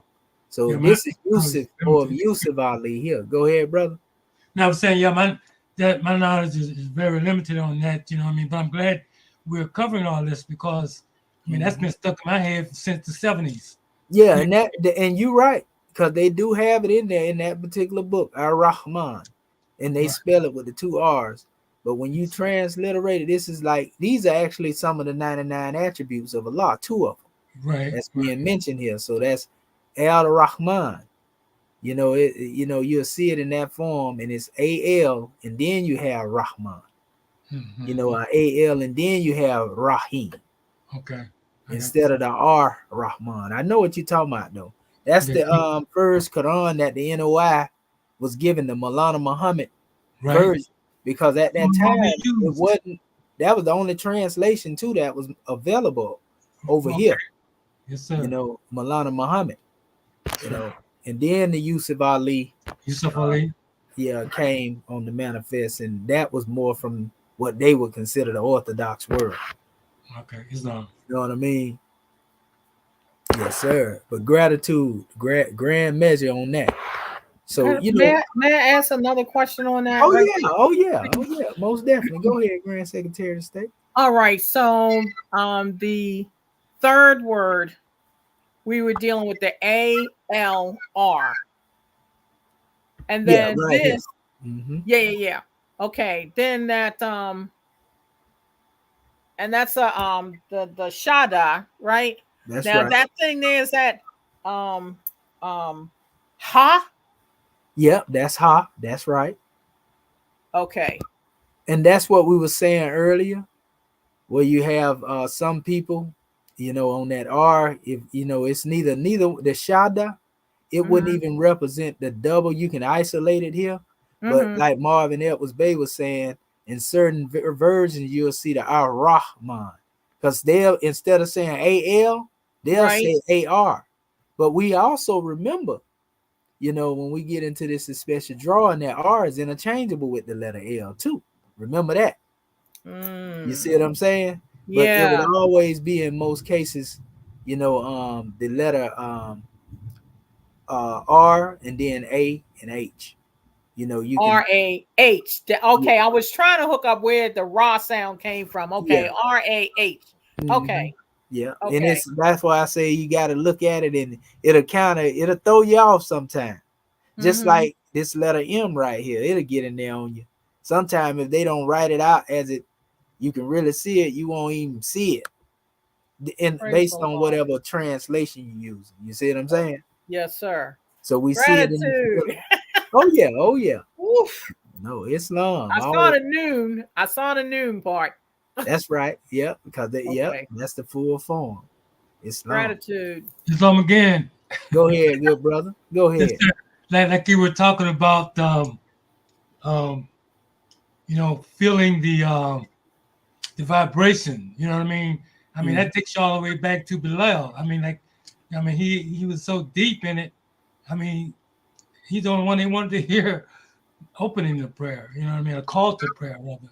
You know what But I mean? yeah, it was said in some of their hadiths that you know, somebody else called a done and say Allah didn't accept the call. He was like, oh man, the brother just called it. Wow. You know, he was like, no, but Bilal didn't call it. Right. You know, Allah wanted to hear Bilal call the done.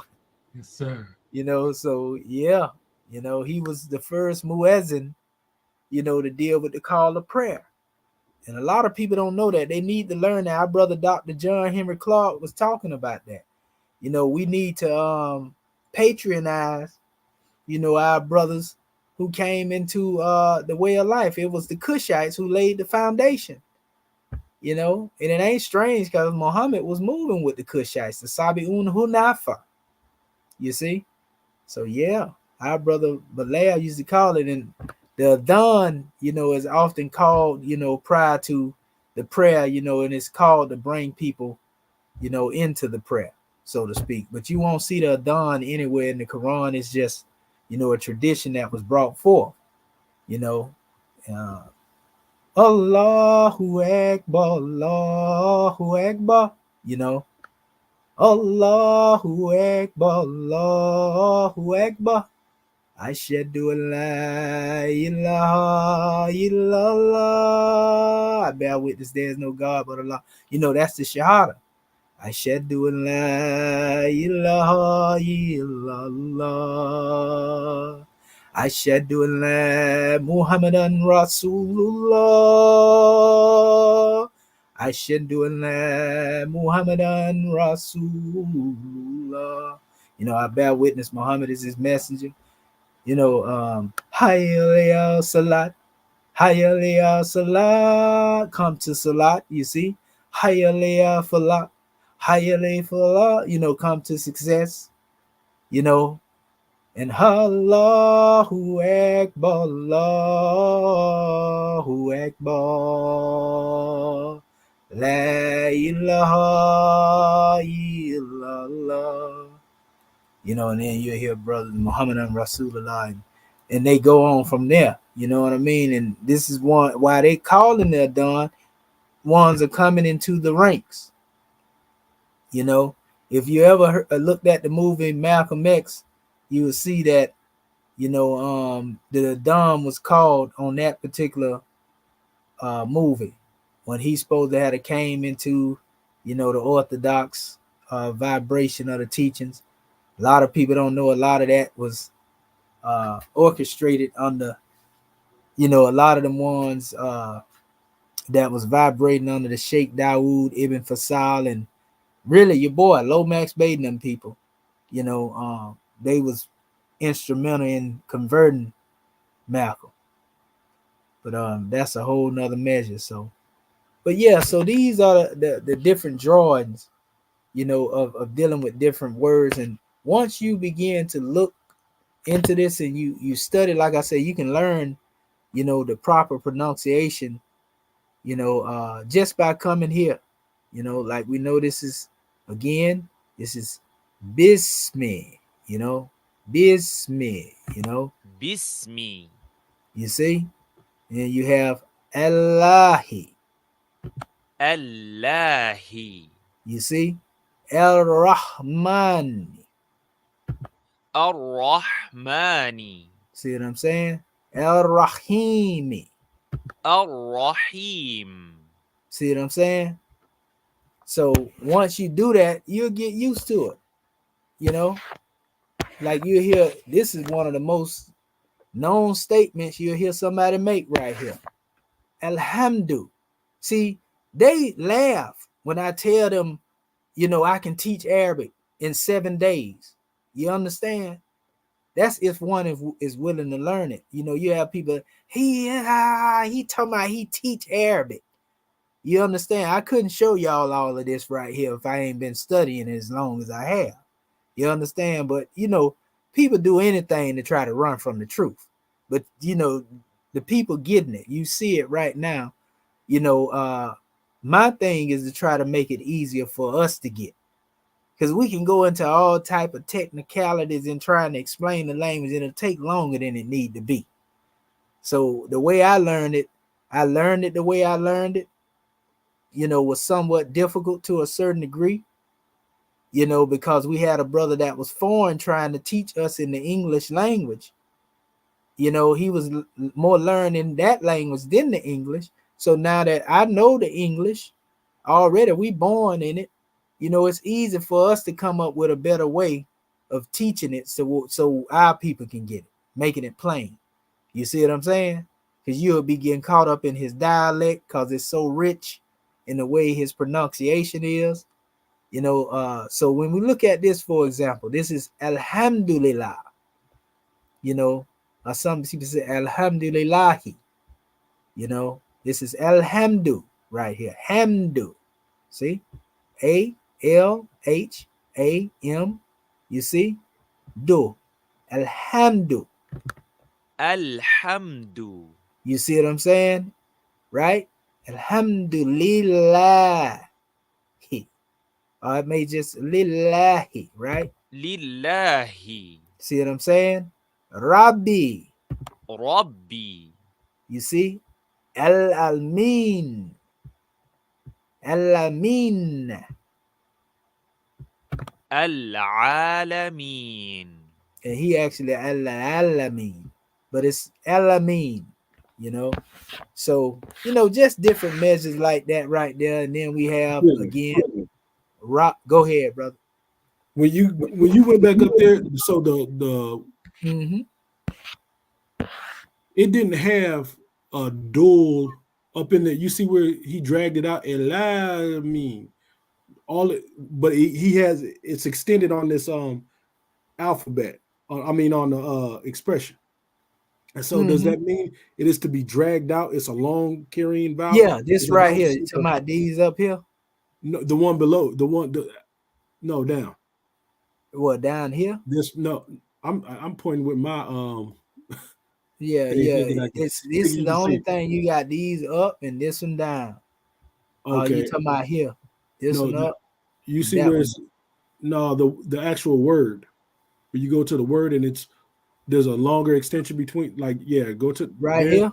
Yeah, Well, does yeah, that that's mean? just so that this can fit in between here. Oh, I thought that was for like telling you to This carry this the. it is a long letter though. This is a long A though, if that's what you're asking. Okay. This is definitely a long A. That's what I was saying earlier. Most of the time when you see the long A, you'll see it alone, see how it's isolated here, Mm-hmm. but all you'll see that portion on there. Ah, you see, Allah. You see, he said Allah Lameen. You see what I'm saying? Yeah. So yeah, it's Alameen. That's the actual that's the attribute of Allah too. Alameen, the trustworthy. That's actually the name that Muhammad was given. But the Alameen represent the universe, the whole everything in creation. And manna is another word that they use in reference to dealing with the Alameen. Amanna, the trust. The trust was given to man in the beginning. The angels refused to take it. You see what I'm saying? That's Surah 7 ayats 170. I want to say 171, 172. But yeah, here we go right here. This is again your Al Rahmani. We already know this one. We went over this one earlier. الرحمن And this is Al Rahim. الرحيم. See what I'm saying? And then hold up. Okay. Then this one is, let me blow it up. Maliki. مالكي. See? Yomi. This is the day of judgment. Yoma Kiyama. Yomi. يومي. See what I'm saying? This is Maliki Yomi. Right? And this is Aldin. Aldini. Aldini. الدين. Okay. And then this is Iyakana. Right? Iyaka. Actually, this is Iyaka. I'm going into the other portion. It's Iyaka. إياك And this is Nabudu. نعبد. Right? And you can hear him putting that R. Nah. You see what I'm saying? That's that ayin aspect. He putting it in there. But anyway, this is wa iyaka, وإياك right? Nasta'in. Nasta'in. And that's definitely that ayin again. Nasta'in. Ayin. Right? نستعين. There you go. And then hold up right here. And this is Dinis. Idinna. Idinna. Actually, اهدنا. right? Sorate. Sorah. Idina Sorat. Right?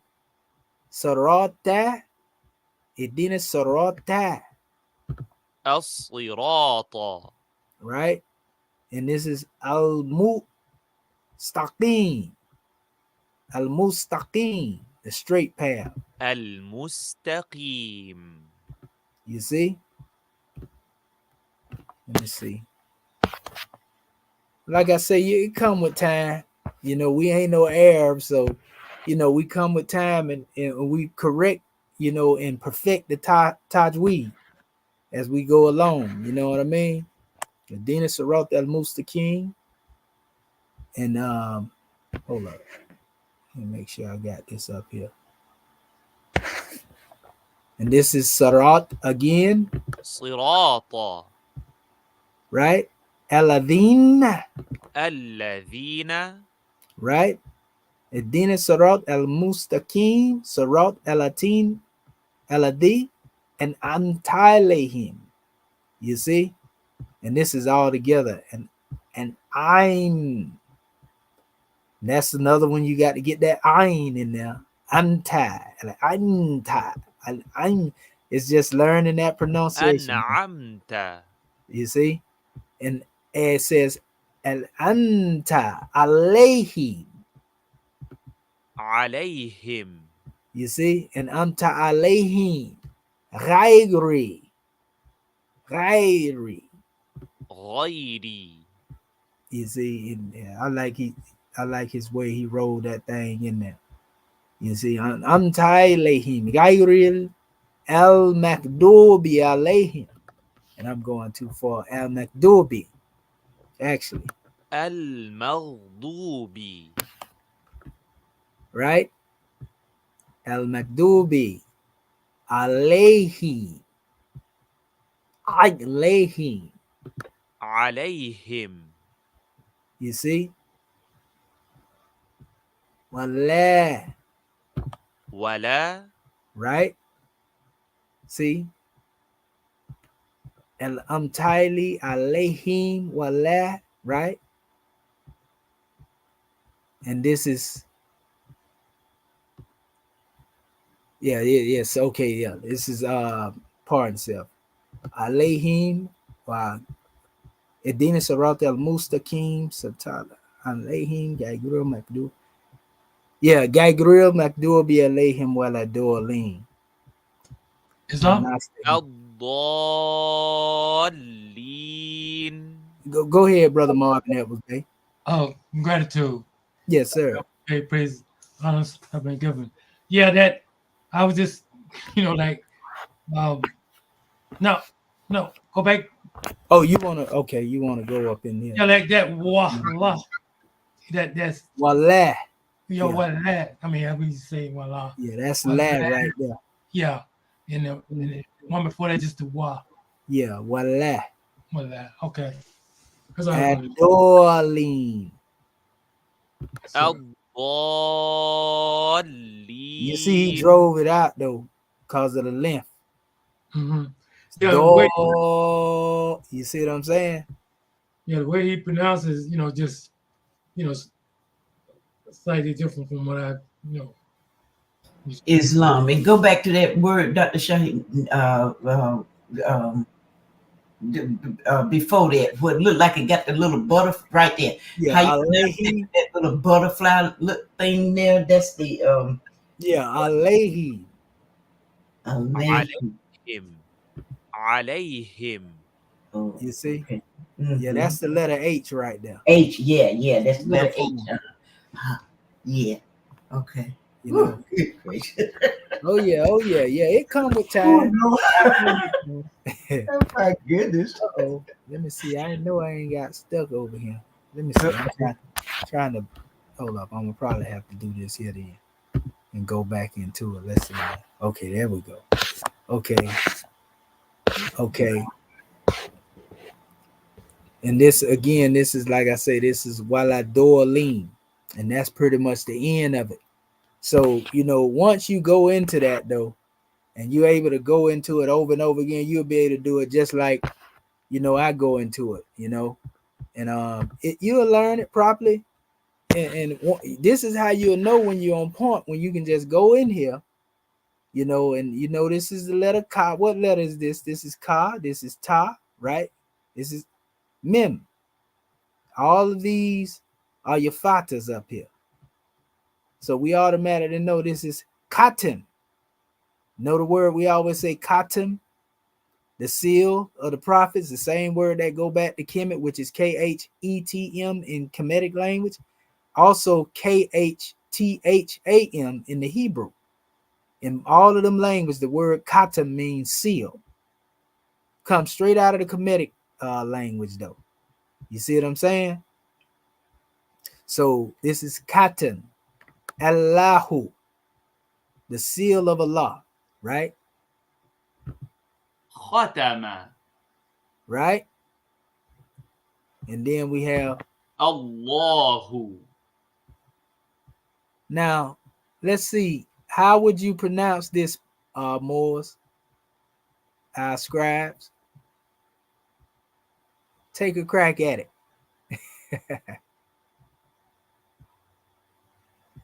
Anybody want to come up? Islam, that's the Hamza sign? No, sir. This is actually the Ayin sound. Ayn. Yes, sir. Ayn la. And We still in. yeah, on the end, right? Yeah. I'm sure that's what I was trying to search for. Yeah.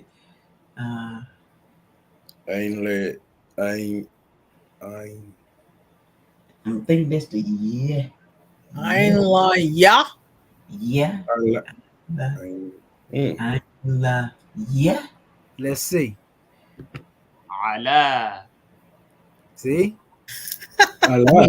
Put the y'all. I know why you said yeah, Yeah, here it is. because of the shape. You said it Right. because of the shape, but there's no two dots there. Oh, no, Oh, right. yeah, Right. you're right. You're It right. has the exact shape though of that letter Y, but Yes, it it just does. don't have the two dots there. Right. That's why I asked. I wanted to see, but it still was close. It was still close. Oh, what is that letter then? Yeah. Yeah, I'm that's looking on my- basically that's just the ending form of this particular measure, and they just added that. You can see it coming off as an A, and the A is in between. That way you can know that it's actually coming into that A right there. على. It was tricky. I lied. You see what I'm saying? Yeah, it's all right. It's all right. You know, I just wanted to see, you That's know, good. Though. how That's our good. family was going, you know. And Yeah, so, I won't mix that one up no more because that's branding in my little brain. I ain't see no Yeah, dot. so Ain't no my dot. head won't get No cut. dot. Right. all is well. All is well. Let's try this one right here. What about this one right here? Why? No. What is that? What is the one? That's about. The two dots. The cough. Just That's right. Yeah, that is. cough.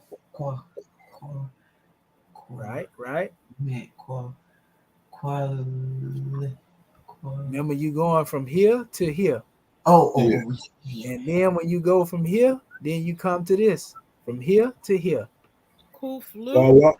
That's say it again, Grand Secretary of State. Kuflu. You don't have to put the F on the end. Kulu. That's right.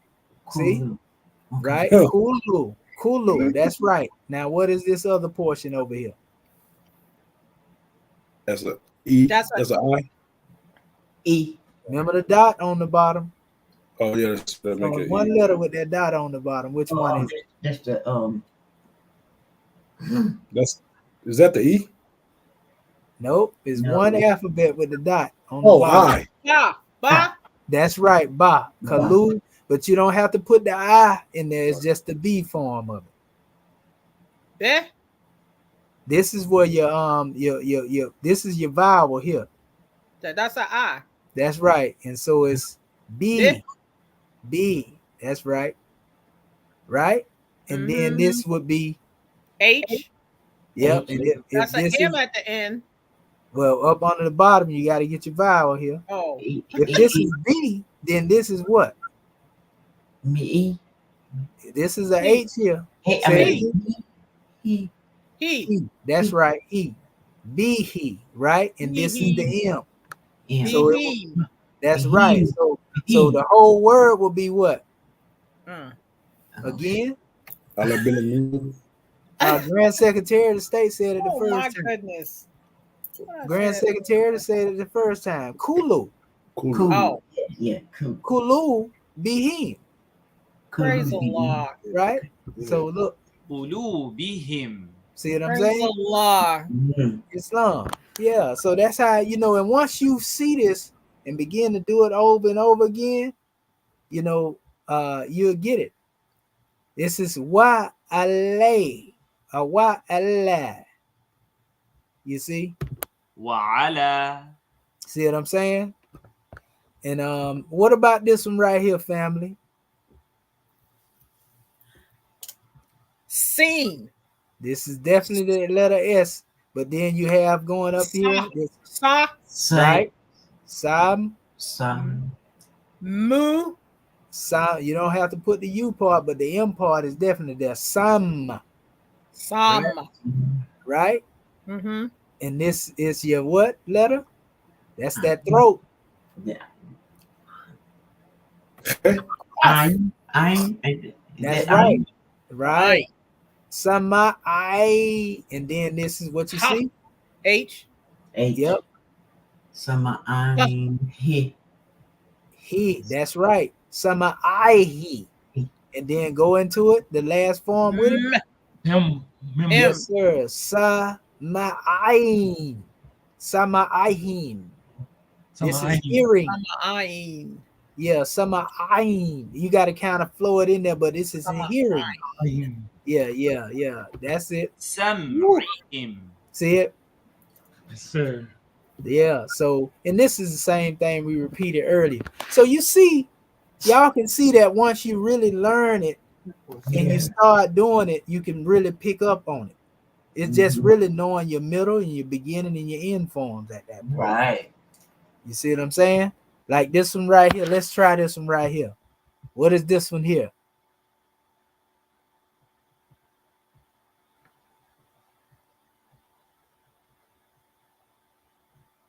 This is which letter? That's an A, right? Aleph. That's right. That's an A. That's right. And then this is what? B. Ba. That's right. And this is what? That's not an H, is it? Do. Go. Nope. Remember I told y'all about that. Dot. You would have a Wait a dot. Say it. Oh, yeah, the dot. Yeah, it ain't got a dot. So it's similar, but it's not the same. It's only one other letter that looked like that dot that y'all was talking about. But this don't have the dot, so this would be the letter what? Okay. The middle form now. I gotta study those. You ain't by yourself. No, it's Fa. okay. Oh no, that's the dot. That's right. You say saw, right? Saw. I said fa, but it Oh, had I a thought you said saw. I'm But sorry. yeah, it would actually be saw. Oh yeah, okay. Yes, saw. I see saw. I'm Right. Sa. And then you have your A right here. They drag it out, sorry. And this is what letter here? Oh, like the little comma. R. That's right. Right. Oh, And so that on the bottom is I. So that would be. Say it again, Secretary of State. Ruh. No, this is the I. Rock. Right. Read. No, Read. read. Yeah. So this is right. Al-Basari. Basadi. Right. And then this other portion on the end. that's So a that's the no, H. That's That's H. right. yeah. And this is what? I. That's right. And this is what? Am. Yeah. Okay. So sound it out with the first part. I'm sorry. Basadi. You got it. That last part, you almost had it. El-Basarihi. Basadi. Oh my goodness. Now y'all, That's a good exercise there. yeah, it's all right. Y'all doing better than y'all think. I'm telling you, man. Y'all doing it. Gracious. Now, I'm throwing. Look, I'm doing what a professor's supposed to do. I'm supposed to throw y'all out there in the water. Yeah, Oh yeah, You know, 12 feet. we're struggling to we go up and go down. Cast plans falling out. You want some bold people up in here.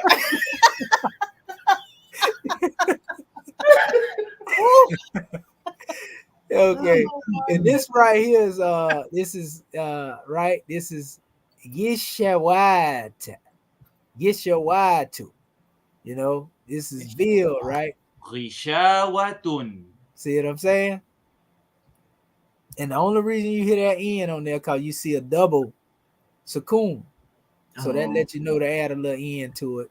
You know, when you see doubles up there, that just mean AN or IN. That's another measure too. If you're dealing with the bottom two, you know, strikes, in, IN. And this is what this is pretty easy right here. What y'all think about this one? The next one. Wow. Voila. Yep, go ahead. Finish it off right here. Allah means. Yeah. No, remember this is Lahum. That's the head. there you go. Say it again. Wala Allah means. Hum. There you go. Wallahum. Walahum. That's right. ولهم. See? Hey! Yeah, there you go. See what I'm saying? You see, and this is what is this? That's that ein. Is that the ein? Yep, that's it. Wow. Oh, Yeah, the that's dot, the I'm the dot, L. the dot. That's a B. I'm I mean, this Down. it's got Down. the down. That's right. That's exactly what that's a dot. Now, so how would you connect that to the beginning? I'm the Ein. Abda. I am the. Yeah, okay. I die what? And the Aleph ba. Well, no, this is actually A that's flowing into the B, so to speak. You know, it's just another A coming off of this A. Ab. No, you got it. You said it right, the ba part, but what is this? I dabu. Adabu. I dabu. You see Haidabu. what I'm saying? Haidabu. عذاب.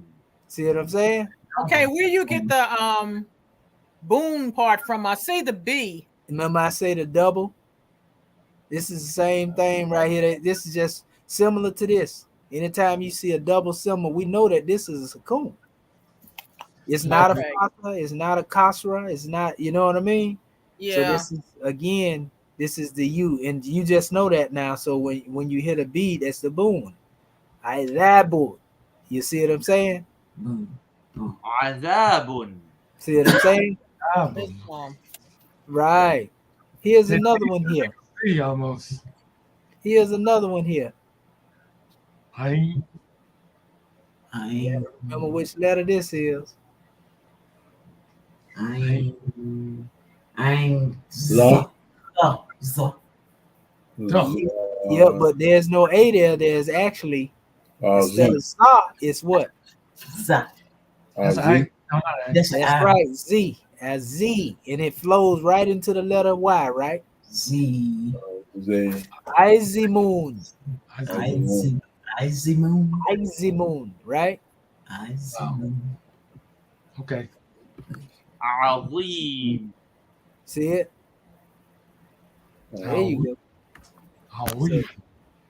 Yeah. Z. Z. I-Z. You know. Yeah. And sometimes, you know, they'll pronounce that as a DH. You know what I mean? TH, ZH, same expression, just sound shifting. Yeah, that's the ZH. Yeah. So, you know, this is an easy one right here. What is this one here, family? That one should jump right out at our family there. Remember, you go from here to here, here to here, and here to here. That's what? That's right. Why? Why you? Okay, oh man, I got to go back and study. That's the letter M. Okay. Right?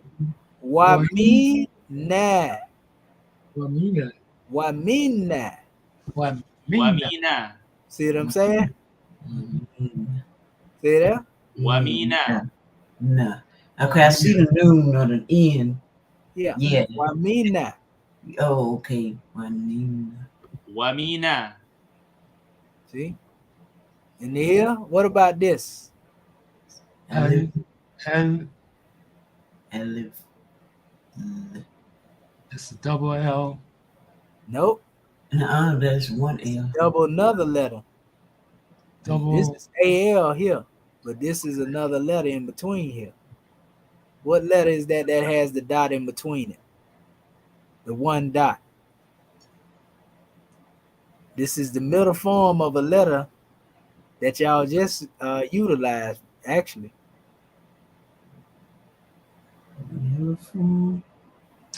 That backward L is something. It's the letter N. Hmm. This is the middle form of the letter N. So you see it? Okay. Oh. Okay, I see that little, cause it hooked on to that. Oh. Right. And so Islam. Okay. You were saying something, Brother Marvin Bay? No, I'm just trying to force it out. Okay. Yeah, so that's the letter N.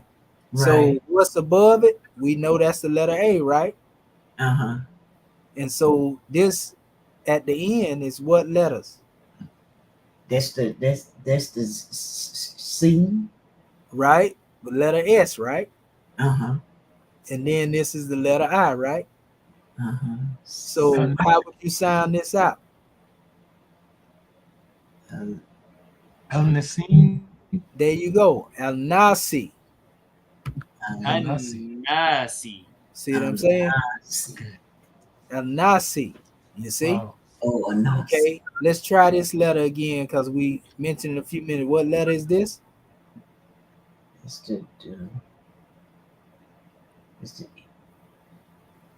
no. What's the M, M. That's right. That's right. So this on top is what? A, A. This right here is what? noon, Noon. That's right. So how would you pronounce it? Noon. mon, Man. mon, Man. Man. Man. Oh. Yep, man. You know, M-A-N. You see? And then we have what about this one right here? This is which letter? With the two dots. Yeah. And the Grand Secretary of the State just went over this one a few minutes ago. It just has a different form of what it's stating now. It just has a Y in the front of it. This is Y, A, yeah. And what is this portion here, Grand Secretary of the State? Shada with the W thing, double. Nope.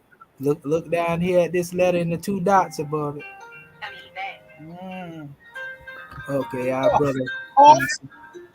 Uh-oh. Let's see, our brother Marvin Edwards Bay. Let's see. Okay, Islam, Grand Man.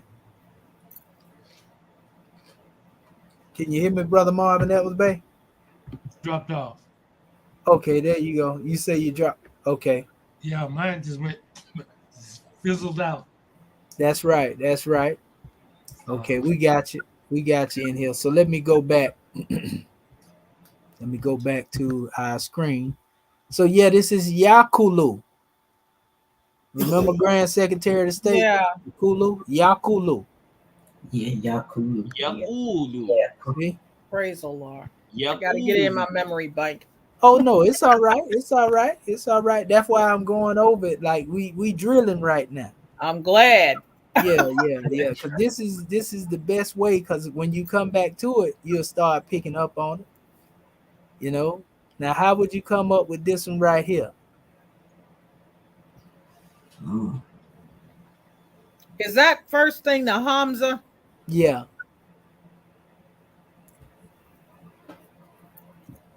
Mm-hmm.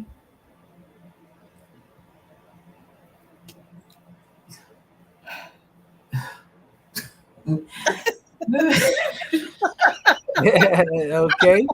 Okay. Manna. Wait a Say it minute. Say that again. Nah. You see it? Say Amana. Say it again. Amana. Amanna. See? Amana. It's almost like the Hamza is faint to where it sounds like an A, but you're still pushing it out. Amana. Amana. Amanna. See what I'm saying? Yeah. So, yep. And so here, which one is this? I know this one easy right here. Oh, that's the hook. Only one letter with that dot on the bottom of it. That's the bar, right? That's right. And when you add that B with this letter here, then it becomes what? B. That's right. B. And then we know this is what? Is that the double L's? W. Abila. Well, you said it backwards, Brother Marvin. But- That was, It'd be but it's B Allahi. Be Allah. You see? Praise Yeah, the Lord. be Allah. He got it. You see? Wow. Wallahi. Yeah. See what I'm saying? Okay, okay. Okay. Billahi. Right. That's the L right there, right? Right. Right. Billahi. And this one right here is what? Wow. Wa. Right? Right? That's L. L Now that's the same one you just had. B. Remember? Yeah. B. Yeah. Abila. What B? See it? What B? Yeah. YB, right? Yeah. And Yeah. this is what? What B? What B? Lahi. Lahi. Oh. What B? Wabi la. Wabi lawi. Go. Okay, let's see. Wabilyawmi. There we go, Brother Marvin. That was Bay. Yay. Wabi yam. Yes, sir. What B? You know, and what about this? Okay, we just went over that too. This. See, that was an L and a A. That's right. And so this is L. L. Allah. right. And then what's the last portion here? K. Allah. And say it again. K. That's right, but it's key. K. Okay. Right. Allah 3. Say that again. Allah 3. Three. Yeah. You see the KH right here? Yeah, I see the KH. Yeah. Al-akhiri. See what I'm saying? He put an extra emphasis in it. He put an extra kiri. Allah kri. Kiri. You know? So Al-akhiri. see what I'm saying? Mm-hmm. Wow. And then this one is good. This one is pretty easy right here on the end right here. These two. Wow. There you go. Wama. Wama. Right? That's right. Right. And then this one here. What about this one here? That's That's a K. That's a H. H. H. Right. That's H. right. H. And then so this is then what is it? Clean. Hum. Home. Oh, that's Yeah, a you U. were Okay. close though. You were close though. Okay. Home. Hum. See? Hum. You see? Then we have what about this one on the end here? Is that an N? No, sir. This is actually another letter, the only other letter with the dot. Notice it's on the bottom though. This is N with the dot on the top. Okay. Dot on That's the a B bottom. then. That's a B then. That's right. That's right. And then Okay. this is the letter what? That's I. That's right. So how would you say that? B. B. That's right. B. Right? B. Right. B. And then B. this is coming M. right. Right. So it would be beam, right? B. Uh-huh. and then Bimu. above it, Bimua. Bima. Bimu. okay. Okay, and then what does this say then? That's another This is M. That's another right. In the beginning I. form. Yep. Me. So how would you say that? me. Me. That's right, me. Me. And then you come here. That's an N. That's right. And then beneath it, Ni. I. Ni. need. That's right. Bini. And then it flows into the Y. Bini. Binu. Binu. Benina. Benina. Right? And see, so what is the whole word? B. B. Remember y'all said it? B. B. Right? Yeah. B. Moon. That's Be moon. right. Be moon. Be Be moon. moon, me, need. Me. Let's go with it. بمؤمنين. See? Imukninin. Yeah, like mu'min. This is be mu'minin. You know when I talk about al mu'min, the true believers. Right. Yeah, that's in that same root. Mm-hmm. So that's you know, good. you'll see it just come with. I mean, it's good work because hands on. By the time we get done with these 7 sessions, right, I'm telling you, y'all gonna be on point. It's just really after that, just practicing it. You know what I mean? And you become more proficient in it. You know. So right now, we ain't even showing the transliteration. We doing the transliteration by mouth. We doing it on the fly. You see what I'm saying? Yes, sir. And the more that we get involved with doing it, you know, you'll see that certain words, when you look at them, you don't even need a dictionary for some of them, you know, because you'll come into the knowledge of seeing it and knowing what it is by transliteration. You see what I'm saying? Mm-hmm. So the more you use your Arabic dictionary as your companion, you know, and understanding the words you're looking at, you'll be able to actually know what the words are being saying. And after you get so far, you know, these words begin to repeat themselves. So when you actually hear it, you know what's being said. Now, can you understand some of regular Arabic by reading the Quran? You can pick up on some Arabic by it because some of the words are similar. You know, but you just wouldn't take that modern day Arabic and try to apply it to this in and of itself. You know what I mean? Because it wouldn't work. So we're going to touch on some of that. You know what I mean? We just want to put everything in the proper context, though. You know, where our people can get this. Islam. All right. So, it's a grand drawing. You know, and at this time, we can go to our scribes. You know, where we'll go to Act 1. You want to speak on this?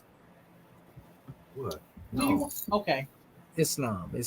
So we'll let you Grand Secretary of the State, and you know, our Sheikh, I think, is still on the line, so we'll have him come forth after you, and you know, go on to our scribes. Islam, gratitude for the Grand Man, our Grand National Chairman as well. Islam, Sister Grand Secretary of the State. Islam, gratitude. Islam, gratitude. Having already risen, giving praise and honor where due, I want to say much gratitude and honor to our scribes and also to you, Dr. Shahid, because I tell you, you made it easier in being able to go letter by letter, and gratitude for the explanation, because that takes the hesitation out. You know, now that we've, you know, looked at the letters and things of that nature, and they're putting the words together, you know, is an added blessing. So gratitude. I'm anxious to go back into the Quran.com and try to go after the various sounds. So this is a grand demonstration, and much gratitude to you more. Peace and love. Islam, and gratitude to you as well, Grand National Secretary of the State. We give honors to you for that grand draw, and praise be to Allah. All right. Let's see what our Grand Sheikh got to bring forth. Islam, you there, Sheikh? Well, I'm getting a lesson out of it. Islam. That's for sure. praise Allah, everything that Allah presents us with in our, uh, what would we call it, a voyage back to the motherland in the context of grabbing this language that we used to use and how it was stolen from us, and now we're back with it, and it's I'm amazed and somewhat uh, baffled too the way this language can be utilized and brought forth in uh, little dots and pieces to bring forth a lesson that we didn't even know existed. And I'm just amazed. It's just what we call it. I'm gonna say the word and start using amazed. I'm gonna say intimidated because when I get ready to step out on faith with this language, I find myself at an impasse. I'm stopping where I can't seem to move when I know I got to move. And so uh, she could definitely work with me and make this thing unfold the way it's supposed to unfold, like it did 2,500 years ago. Islam. Yes, sir. Islamism. That's right. Without the schism, Sheik. Yes, sir. Gratitude for that grand measure. We definitely on the manifest here at the ready. Islam. All right.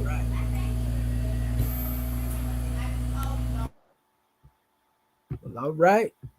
Want to give honors to our National Grand Sheik for that grand measure. Honors to Act 1. Well, all right, scribes. Y'all can come forth, Islam.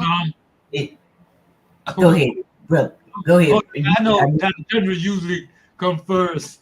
Yeah, well, if you got to go, I know sometimes you have to leave. So I do, but I can't. I'll get there. Okay, well, gratitude, God, man. I keep it quick, because I really did gratitude, Dr. Shaheed, for going over everything with us, and like God to say, just going alphabet by alphabet, and for me, I just got to remember the isolated form from the initial form. I got to remember, and when you joining them letters together, how they don't quite look just like like it is on the paper. I know where I got to work on it, and then recognizing the alphabets. But gratitude for going through letter by letter, and then like you say, some of them repeat itself. So I'm definitely gonna have to write down the stuff, because when it repeat itself, and then getting the sounds of it, getting the sounds. This was a powerful class, and like you say, I know for myself, I know I'm doing good for trying to speak, trying to learn the English language was a challenge, but trying to do Arabic and getting your tongue right and making everything flow. I mean, like I say, at my age, I'm having fun, and it is challenging, like the Grand Sheik say. It can be intimidating, but you know what? We gonna be all right. I'm gonna be all right. I'm gonna jump in here, and I know I definitely got to spend time with it. I just, like you say, if I keep practicing and keep looking at it, the more I look at it, the better it'll be for me, because I'm visual too. And when I can see it and then repeating it, using that hammer repetition for me, going over and over and over again, that's what's gonna really help me. So gratitude, God, man, for all that you do. You're such a wonderful teacher, and gratitude for your patience, and gratitude for all that you do. And we in this thing together. Islam. Islam. That's right. Islam. And that's why we had these things archived too, so that we can go right back and go over it again, you know what I mean? And you'll see exactly where we go. And we keep doing that repetition. It's a thing that you get used to. You know, you start out using the rules that you're given, and you just keep utilizing them, and you're gonna become more, like we said, proficient in it. You know, it's a measure of basically using it. You know, where you get to the point and say, all right, let me pull out my, you know, the Roman translation, you know, the Quran that you had that had a transliteration in it, and you begin to make your comparisons, you know, by those transliterations in the letters. You see what I'm saying? And that'll help you out too. You know, along with Quran.com, that's going to give you the proper pronunciation. So, you know, this is powerful. Islam. All right. You say Quran.com? Yeah, that's Quran.com. Okay. And that'll go through all the different surahs that we was going through, and it help you pronounce the different words as well. So, you know, you can't go wrong with that tool there. That's one of the best ones they got. Islam. All right. I think our brother Marvin Edwards Bay is on the manifest. Islam. Islam, grand man. Gratitude for calling me. Yeah, that's Dr. Marvin Ellis Bay. Praise the Lord, honor his prophet, and give honors to those that aided in bringing forth this class this morning. Dr. Bati Bay opening our class according to law. Dr. Dendra and Neil Curtis Bay reading the chapter of the week. And for you, Dr. Shediwa Mintia, I'm going to hit the steps up for leading on. You know what I mean? Victory is assured. You know what I mean? So, and honor to everything that's Moorish. You know, I'm just grateful for being here, and this is a powerful class. I mean, and that's how that's how we learn. This is how life is. We were thrown into this life, and you know what I mean. We had to strive to learn because we get tired of getting beat up, so to speak. Get tired of being beat down. You know what I mean. So Allah sent us a prophet, and He gave us everything we need to save us as a nation. And He raised this Moorish American government to bring us back into the fold of the human family. You know, by learning our language. You know what I mean? We know that the Arabic language is like a pathway to our language, because we say the Cometians were the original ones, and that's who we are. You know what I mean? And so this is just such a beautiful thing, and really, I'm re-excited. You know what I mean? Remotivated. And that's what it's all about, because this is what we have to get down pat. We have to learn it because it's ours. You know what I mean? We was fighting. I was fighting that in the beginning because it is ours. You know what I mean? That's how our people are. But we're learning that when we are thrown into the water, we got to come up. You know what I mean? We got to do what we do because it's in us to do it. You know what I mean? At first, it might seem, say, threatening or overwhelming, as the Grand Sheik was saying, but it's in us. We just have to dig. We have to dig deep. You know what I mean? To that reservoir of love, truth, peace, freedom, and justice. Because all of those are the attributes of the great God. And all of this is, you know, part of it. You know what I mean? All of it is part of it. And I'm just so grateful being a part of it. Gratitude, God, man, for allowing me to speak. Islam and peace. Islam and peace, yeah. And it's just one word at a time. You know, take your time, and, you know, as you see, in a certain amount of time, the repetition of going through those special measures, you're going to see it become just like any other drawing. You know what I mean? And when we begin to draw upon these special measures, which we'll start implementing a lot of this information, like we said, in our lessons, you know, when we deal with the handout, so that our people can get a grasp on these special measures. You know what I mean?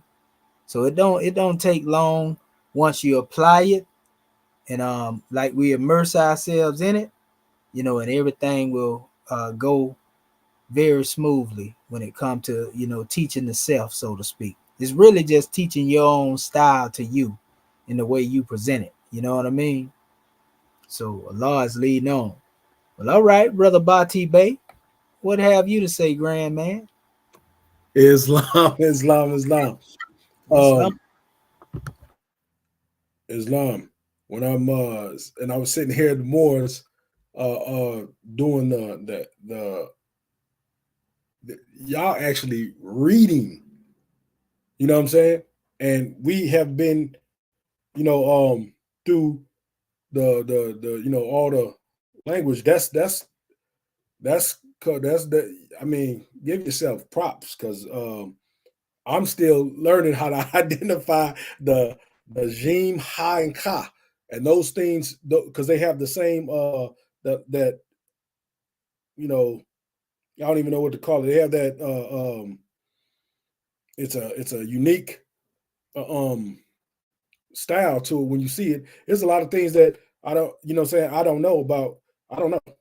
You know what I'm saying? And so when I'm hearing you guys do this, it makes puts the fire because it can be taught. And that's one thing that when I was going through that I never went to Tajweed class. I never got to Tajweed class because I was hard head. But learning this and listening to the alphabet, it gives that energy, you know what I'm saying? And Allahu Akbar to all y'all. Islam. Islamism, scribe. Yeah, that's all it's gonna take. Because we're gonna have our own Moorish Grand Quran. That's what we really prepping them for. So that our people can read, in our particular tone, so to speak. We definitely got to give them a Moorish translation. We ain't seen that yet. That definitely gonna upset, a lot of individuals. So, and this is so that our people can better understand it. In the way that we express things, according to the way that Prophet Noble Drew Ali, would demonstrate it. Mashallah. It ain't gonna take long to do that. So that's in the making as well. So yes, it's been a grand drawing, family. Also I have another little tool right here for you. I'm gonna show it to y'all real quick. It's just a site actually. And this site is dealing with the short vowels. It actually has it here. You can get into the Arabic alphabet and everything here as well. This is Arabic Path. They actually start here telling you how to read it again. Notice they putting 29 letters up here, but don't even pay attention to that. This is actually giving you the sign right here. Can you make it bigger? Oh yeah, let me go over here. I know it's probably I'm still in the other. Yeah. Gratitude. There yes, you sir. go. Yes, sir. All right. So yeah, this is a good site to go into it a little deeper. So Alif, ba, ta, jim, see what I'm saying? Islam. kha, dal. You know what I mean? So you can go all the way down. Okay. What site is that? They actually got it where you can download them things too. It's called HTTPS ArabicPath.com. So ArabicPath.com is the name of this particular site. So is this not what you sent us, Dr. Shaheed? This ain't Quran.com. This ArabicPath.com right here. Oh, okay. ArabicPath.com, and the other is this show you how to learn how to write. If you want to get into the writing, they got a book. But you can learn that online. You can find all that online on YouTube. It ain't hard to learn how to write. Just process and practice. Islam, pardon itself. There was a little Arabic man that we were listening to. He's got 18 courses, and he had like an easy way, like the boat family or whatever, to kind of stick it in your mind or continue writing. Like if you were learning English and write A all then do the B, and that kind of thing. Yep, just like we did with hieratic. Yes. You just write it down. That's why I was saying it'll the letters stick with you that way. Like you just write a whole bunch of A's. then a whole bunch of B's. Islam. You know, drawing it, writing a B right there, and then once you do that, by the time you get down to the end, you know, you'll be more familiar with the letters. So actually writing the letters, you know, one at a time. Like you might write the letter A 10 times. A, you know, symbol, A symbol, A symbol. You see what I'm saying? And then B symbol, B symbol, B symbol. And you keep doing that, you know, the repetition of it will allow you to see it as it is. You know, and they talk about the joining of the letters in here. So you get all the instructions on that, and they give you breakdowns on them, you know. Wow. Alif. Sheen. Noon. Ta. Noon. See what I'm saying? They give you different breakdowns of different measures to get you familiar with it. So you can come down here and they got different segments of connecting and everything. So this is like a step-by-step, you know, measure right here, you know, where you can come up in here. And they get a lot more into the technical terms. And like I say, the stuff that, you know, I cut the chase and get straight through it. But this gives you other measures of it. You know, like they're talking about the haraka, which really mean movements, you know.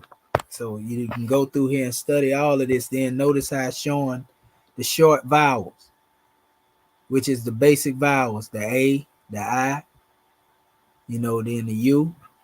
And, you know, the long ones you have, remember I told you about the Fata, the Kasra, and the Dhamma. You see? And then they tell you all of them right here. A. E. U. See? So you can go right there. And as you go along, these are your long vowels. They're going to showing you that as well. You know, which are really, they actually come from 3 letters. The A, Aleph, Ya, and the Wa. That's where your vowels really come from. You see? Then you got your Sakun that I was talking about earlier. See the Sakun up there for the U? That little symbol. So yeah. And you can go all the way through here.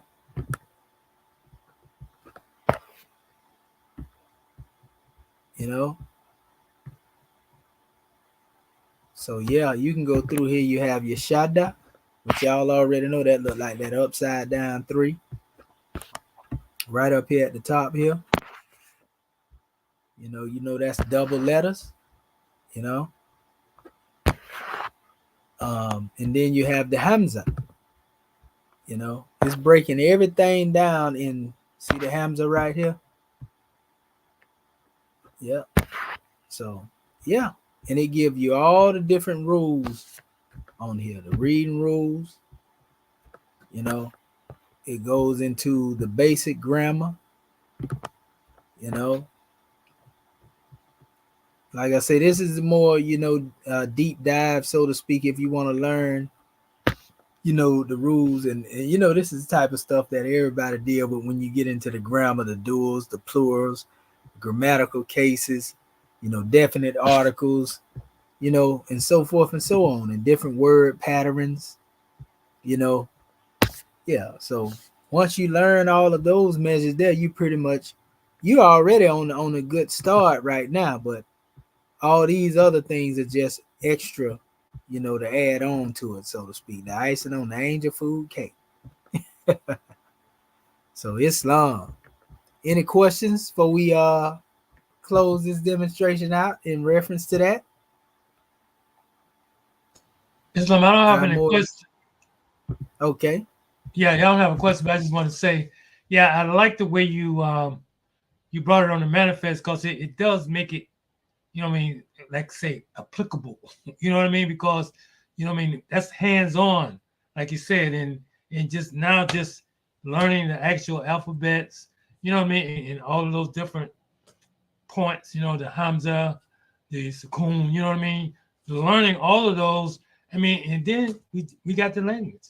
I mean, that's the way I'm looking at it, you know what I mean? Oh yeah, this class alone, if one were to just go to this video and go through what we just went through, they basically could pick the Arabic up just off of this one class right here. You know what I mean? Because we went through every step that's necessary to learn. Everything else is just repetition after that. Right. You know, the practicing, the constructing of the sentences, the trying to write, you know, different words out and so forth and so on. You know, and like we said, utilize definitely your Quran.com. I'm going to go back to that too to show you how to navigate with it. It's pretty much straightforward as well. But once you go here, you know, like you see me type in Surah Fatiha. Once I got that, it brought all the surahs up. You know, like this take you through the second surah. This is the third surah, and it go through all 114 surahs of the Quran. You know, and you can literally go into your Arabic dictionary of the Quran, you know, and you go in looking up certain words, find the root of the word, then you'll go here, and you can see the full essence of what's being said. You see what I'm saying? Rather than just reading the English translation and depending on that, you can go deeper into it, like we did with the situation when we was talking about where the brother chose to use the word beat her lightly, where the Quran dictionary tell you can actually say it means to go on a journey. Instead of putting your hand on the sister, you know, leave the home, go on a vacation.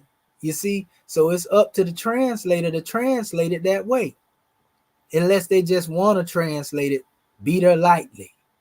You know what I mean? No, you don't have to translate it that way, because what that does, that have people coming saying, oh, they teach beating on women in the Quran. You understand? So we have to take all into consideration, you know, as to when we deal with a translation, you know, you have to have a pure heart and a clean mind. You can't have no emotions in there thinking like, yeah, man, she get out of line, I'm gonna put my hands on her. So now I'm gonna put this in the translation of the book. And then people be saying Allah said that. No, that ain't what Allah said. That's what the brother chose to put in there when he translated it. That's something that he might be dealing with in his vices. And that's what we got going on today. We got a lot of people that's ignorant of translation, and they judging the Quran by somebody's attempt to translate the book. And then they go to condemn and see what Allah said, right? No, you wrong. Allah didn't say that. That's what that brother said when he translated that. Stop it. You're going to put yourself in a bad situation blaspheming, you know, the great God. Don't do that. You know, and they do it a lot even with the Piscean record, you know, because there's a lot of contradictory measures in it. But go back to the original Hebrew, it don't be saying what they be saying it said. You see what I'm saying? Islam. That's their choice of putting that there. And that's why you always hear me say, I ain't throwing out the baby with the bathwater. I'm not blaming Allah for the mistakes of men. And anybody that got sense wouldn't do that either. You understand? You mess around and put yourself in a bad situation. You know, from a divine standpoint, and get some divine chastisement. You know, now when you ignorant, the great God Allah let you get away with a lot of things. But when you know better, and you saying like you got a lot of people that learn the Arabic, Quranic Arabic. I ain't talking about Arabic Fusa, modern Arab, but they learn this book and they know what it says, and then they go out there. Oh yeah, man, you're gonna have some real bad situations come at you. You know, but somebody that's depending solely on the English and they don't know no better, you know, Allah in most cases will overlook our ignorance in them states. You know, but if you come into actual consciousness and you know what the book say, and you know that the book has a deeper meaning, and then you go in opposition to that, yeah, you're gonna have some wrath that sends you. You know what I mean? Because now you mislead people on purpose. You know, so Islam. Anyone want to say anything in regards to dealing with that? Islam, Brother Marvin Evans Bay. Yes, sir. No, it just made me think about, you know, well, the prophet, you know, in my understanding, you know what I mean, in order to even understand or look at the Quran, you know what I mean, in its the best sense, you know what I mean, we have to understand our Quran. You know what I mean? You know, the prophet's teaching. I mean, it just that's just the way it is because we didn't know. We had Of no course. idea. Yes, sir. So I'm Of just course. grateful for being here in this Moorish American government in this class because now we get the, we get the right interpretation because we're going to be interpreting, like you say. And when we interpret it and bring our book on the manifest, I mean, that's going to be the best example. That's right. And that's why we were saying what we were saying. And, we won't be making the mistakes that people have. They'll be able to read it, and because it ain't a lot that need to be changed. It's just certain wording in here, that's how you deal with a translation. You don't necessarily go and uphold the whole book. It's just certain measures in there that can bring forth more clarity. Certain things that are not said that can be said. You see, and that's the whole drawing. But like you said, when we come at it from our perspective, a Moorish perspectives, now you're dealing with, what we call the uniting. So, our knowledge also has the rooted measure of the Kemetic teaching.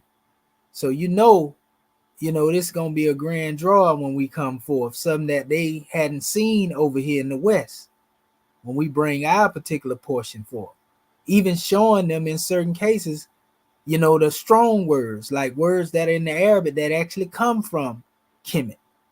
All types of stuff like that is what we'll be doing in our commentaries. You know what I mean? So yeah, we got some grand drawing to bring on the manifest. Islam. All right. Any other scribe have anything they want to say before we close this demonstration out? Islam. Islam, Grand Secretary of State. I want to thank you for that explanation in reference to when we try to go and deal with transliteration and translating the words and making sure that we have the dictionary of the Quran and also our Quran and also the other studies as far as the hieratic and Demotic, Coptic, and Hebrew and bringing all those things forth, you actually see the uniting being brought into manifest, which is what the prophet was speaking about. But it's just such a beautiful demonstration because, like you said, you have to come from a heart of love, that you want to bring forth clarity because that's what we're speaking about, uniting of Asia, and it's just such a beautiful demonstration. And we definitely don't want to be of the ones that got a grand understanding and then want to deliberately attempt to mislead people. That's why our people are in the situation we're in now. So if you're looking at children of one father, it's just a grand blessing, that we're embarking upon. Gratitude and love. Islam and gratitude. And y'all heard me say something about the Jews earlier too, the Juz.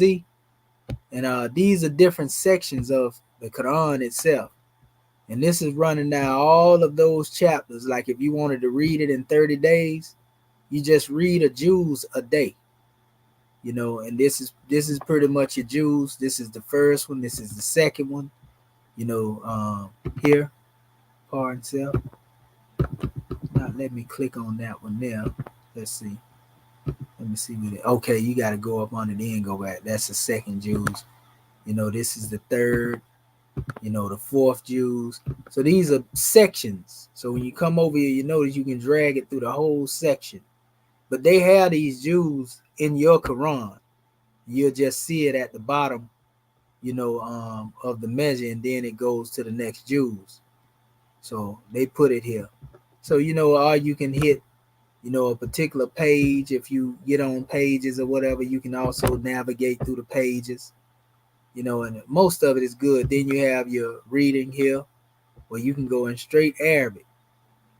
You know what I mean? That's how my Quran look. The one I got after I graduated, the Arabic class or the Quranic Arabic class, from the brother, he gave me straight this. Like, all right, y'all done. Here you go. No English or nothing. So once you get to working through that and looking through it,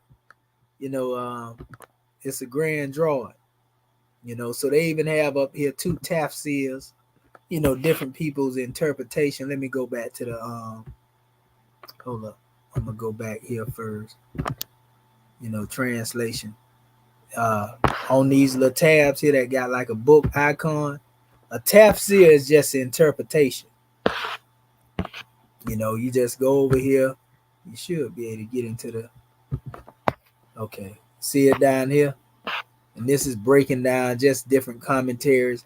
The best commentary that we have on the manifest, I'm gonna tell you, I love my Yusuf Ali because it go into a lot of Sufism. A lot of the Arabs don't even like. Them brothers that wanted to be like the Arab, they were critiquing Yusuf Ali Quran back in the day. That's that Yusuf Ali Quran. He got that Sufism, and I'm like, yeah, that's what I want. But a lot of brothers that was trying to be more Arab, they would actually criticize Yusuf Ali. But I love Yusuf Ali because he got a lot of esoteric information. But the Quran exegesis book, I love the commentary out of that. And that was wrote by the wife of the brother who wrote the Arabic dictionary. Their commentary is right in line with what it is we teach in the Moorish paradigm. Like they teach on the fact that ain't no ending to prophethood. They teach on, a lot of things that talk about us being able to be the God man on the manifest and the breath, them tools like that there, that you can't just come by, without somebody really going into the essence. I'll be honest with you, most people that will be in their mindset of thinking they Sunni and Orthodox from the Arab standpoint, they'll try to reject, even though them people coming from a level of Islam, they don't like that. You understand? When you go that deep with the information, they want to keep you in the mindset of being detached from your Father God Allah. But, when you look at books like the Quran exegesis, Yusuf Ali, they be giving them real jewels and keys, man. And a lot of it is definitely what the prophet had already taught, but most of the time, how they do it. They try to take that information and make it, oh, this is innovation, bid'ah. You shouldn't have said this like that one brother that tried to put the stuff on the website about myself. He trying to correct Allah. And just so happened to be an elder in there, he like, wait a minute. Allah said the Sabians was going to receive their reward too. So how do we distinguish them from the one you talking about? You see what I'm saying? Had he not been knowledgeable, he would just listen to what the brother was saying. Because he say he got an Arabic education and all this. He went over there and studied 3 years, and you just did this, 20, I think he said 2008 to 2011,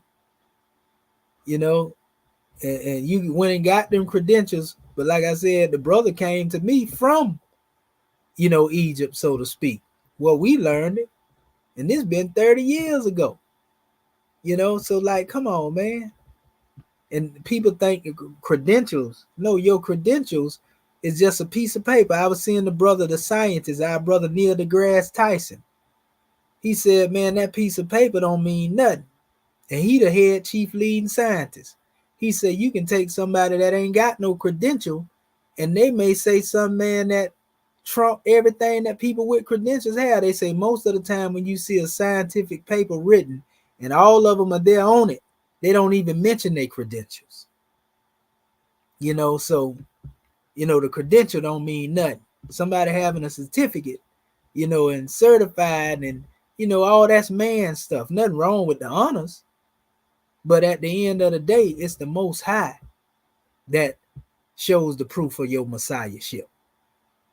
So with that being said, if our family don't have any other question, we can take this demonstration to the third heaven and get ready for our Sunday school class. Islam. Islam, Islam, Islam. And again, Dr. Shaheed, we give you honors for all that you have done. And I tell you, when you pull up that Quran, where you say your teacher gave you, and when I think about it, like Dr. Bay was saying, we have to recognize how much we have, how far, I know for myself, how far I have come. And just in 3 years ago, if you would have told me I would have been at this place where I'm at now, I would have looked at you and like, not me. But when you put that like you say, he gave you that Quran, I could recognize some of the alphabets because we just went over them, and I saw a lot of things in there that were familiar that I recognized, and it's just an honor for me. I'm just so excited. I can't wait to tell them. I already told my some of my family. I said, I know the Arabic alphabet. You want me to say it? So I am enjoying my little self. So gratitude, God, man, for all that you do. And we're going to go ahead on and close out. January 15, 1929, a warning from the prophet to be read at every meeting. I hereby inform all citizens that they must end all radical agitating speeches while at work, in their homes, or on the streets. We are for peace and not destruction. Stop flashing your cards at Europeans. It causes confusion. Remember, your card is for your salvation. Failure to obey these orders will be of severe consequence. We are for love, truth, peace, freedom, and justice. And when these principles are violated, justice must then take its course. In a group of citizens who hold malicious feelings toward the government, the prophet, or violate the divine covenant of the Moorish movement, will receive their reward from Allah for their unjust deeds. All true Moors will and must obey the law as laid down to them by their prophet. If they lose confidence in their prophet, they should turn in their card and button, cease wearing their turban and fez, and return to the state where I, the prophet, found you. This is a holy and divine movement founded by the prophet Noble Jew Ali. And if the prophet is not right, the government is not right. The prophet, therefore, is sending out the divine plea to all Moorish Americans that they do their part in protecting their prophet and the government. This is an everlasting movement founded by the prophet through the will of Allah to redeem his people from their sinful ways by the order of Prophet Noble Jew Ali. Islam, a holy covenant of the Asiatic nations. Ye are the children of one father, provided for by his care, and the breast of one mother have given you suck. Let the bonds of affection, therefore, unite thee with thy brothers, that peace and happiness may dwell in thy father's house. And when ye separate in the world, remember the relation that bindeth you to love and unity, and prefer not a stranger before thy own blood. If thy brother is in adversity, assist him. If thy sister is in trouble, forsake her not. So shall the fortunes of thy father contribute to the support of his whole race, and his care be continued to you all in your love to each other. Islam, Islam, Islam. This meeting is officially adjourned according to Act 2, Love, Truth, Peace, Freedom, and Justice. Go in peace, Moors. Islam. Great class. Woo. Great class. Great class. Great class. Great class. Gratitude. Yes. Gratitude for the Love you, two. Moors. Yeah. Love Yes. you, Moors. Praise Allah. Love y'all. Yeah. Love What's y'all. up? Gratitude, Morris Ken. Y'all already know it ain't nothing but some love over him. Praise Yeah. Allah. Islam. Islam. Honors to our family that checked in. Our brother Yaqub, Hamid Gamma Bay, brother F.S. Dre Theo, Raheem Shamari, good brother, Human Thought, Okay. creator of the boundless universe, Born Dog, man, all of y'all. Goodness gracious. And Sister Cena, Sister Cena Renee, we give honors to you as well, goddess. Noble Yes. Brown, our family always showing up. Yes. The best is yet to come. Praise Yes. Allah. Praise Allah. Islam. Woo. Peace and love. Peace and love. See you in Sunday school, family. Islam. See you later in Sunday school. Goodness Right. gracious. That's where the good guidance of the nation. See you then and win.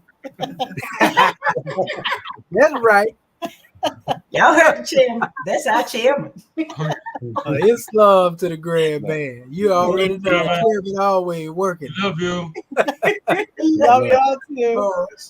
Love you, free. Love you. Love our grand sheik too. It's love. Yes. Peace and love. Man, she gone. That's right. All right. Peace and love. Peace and love.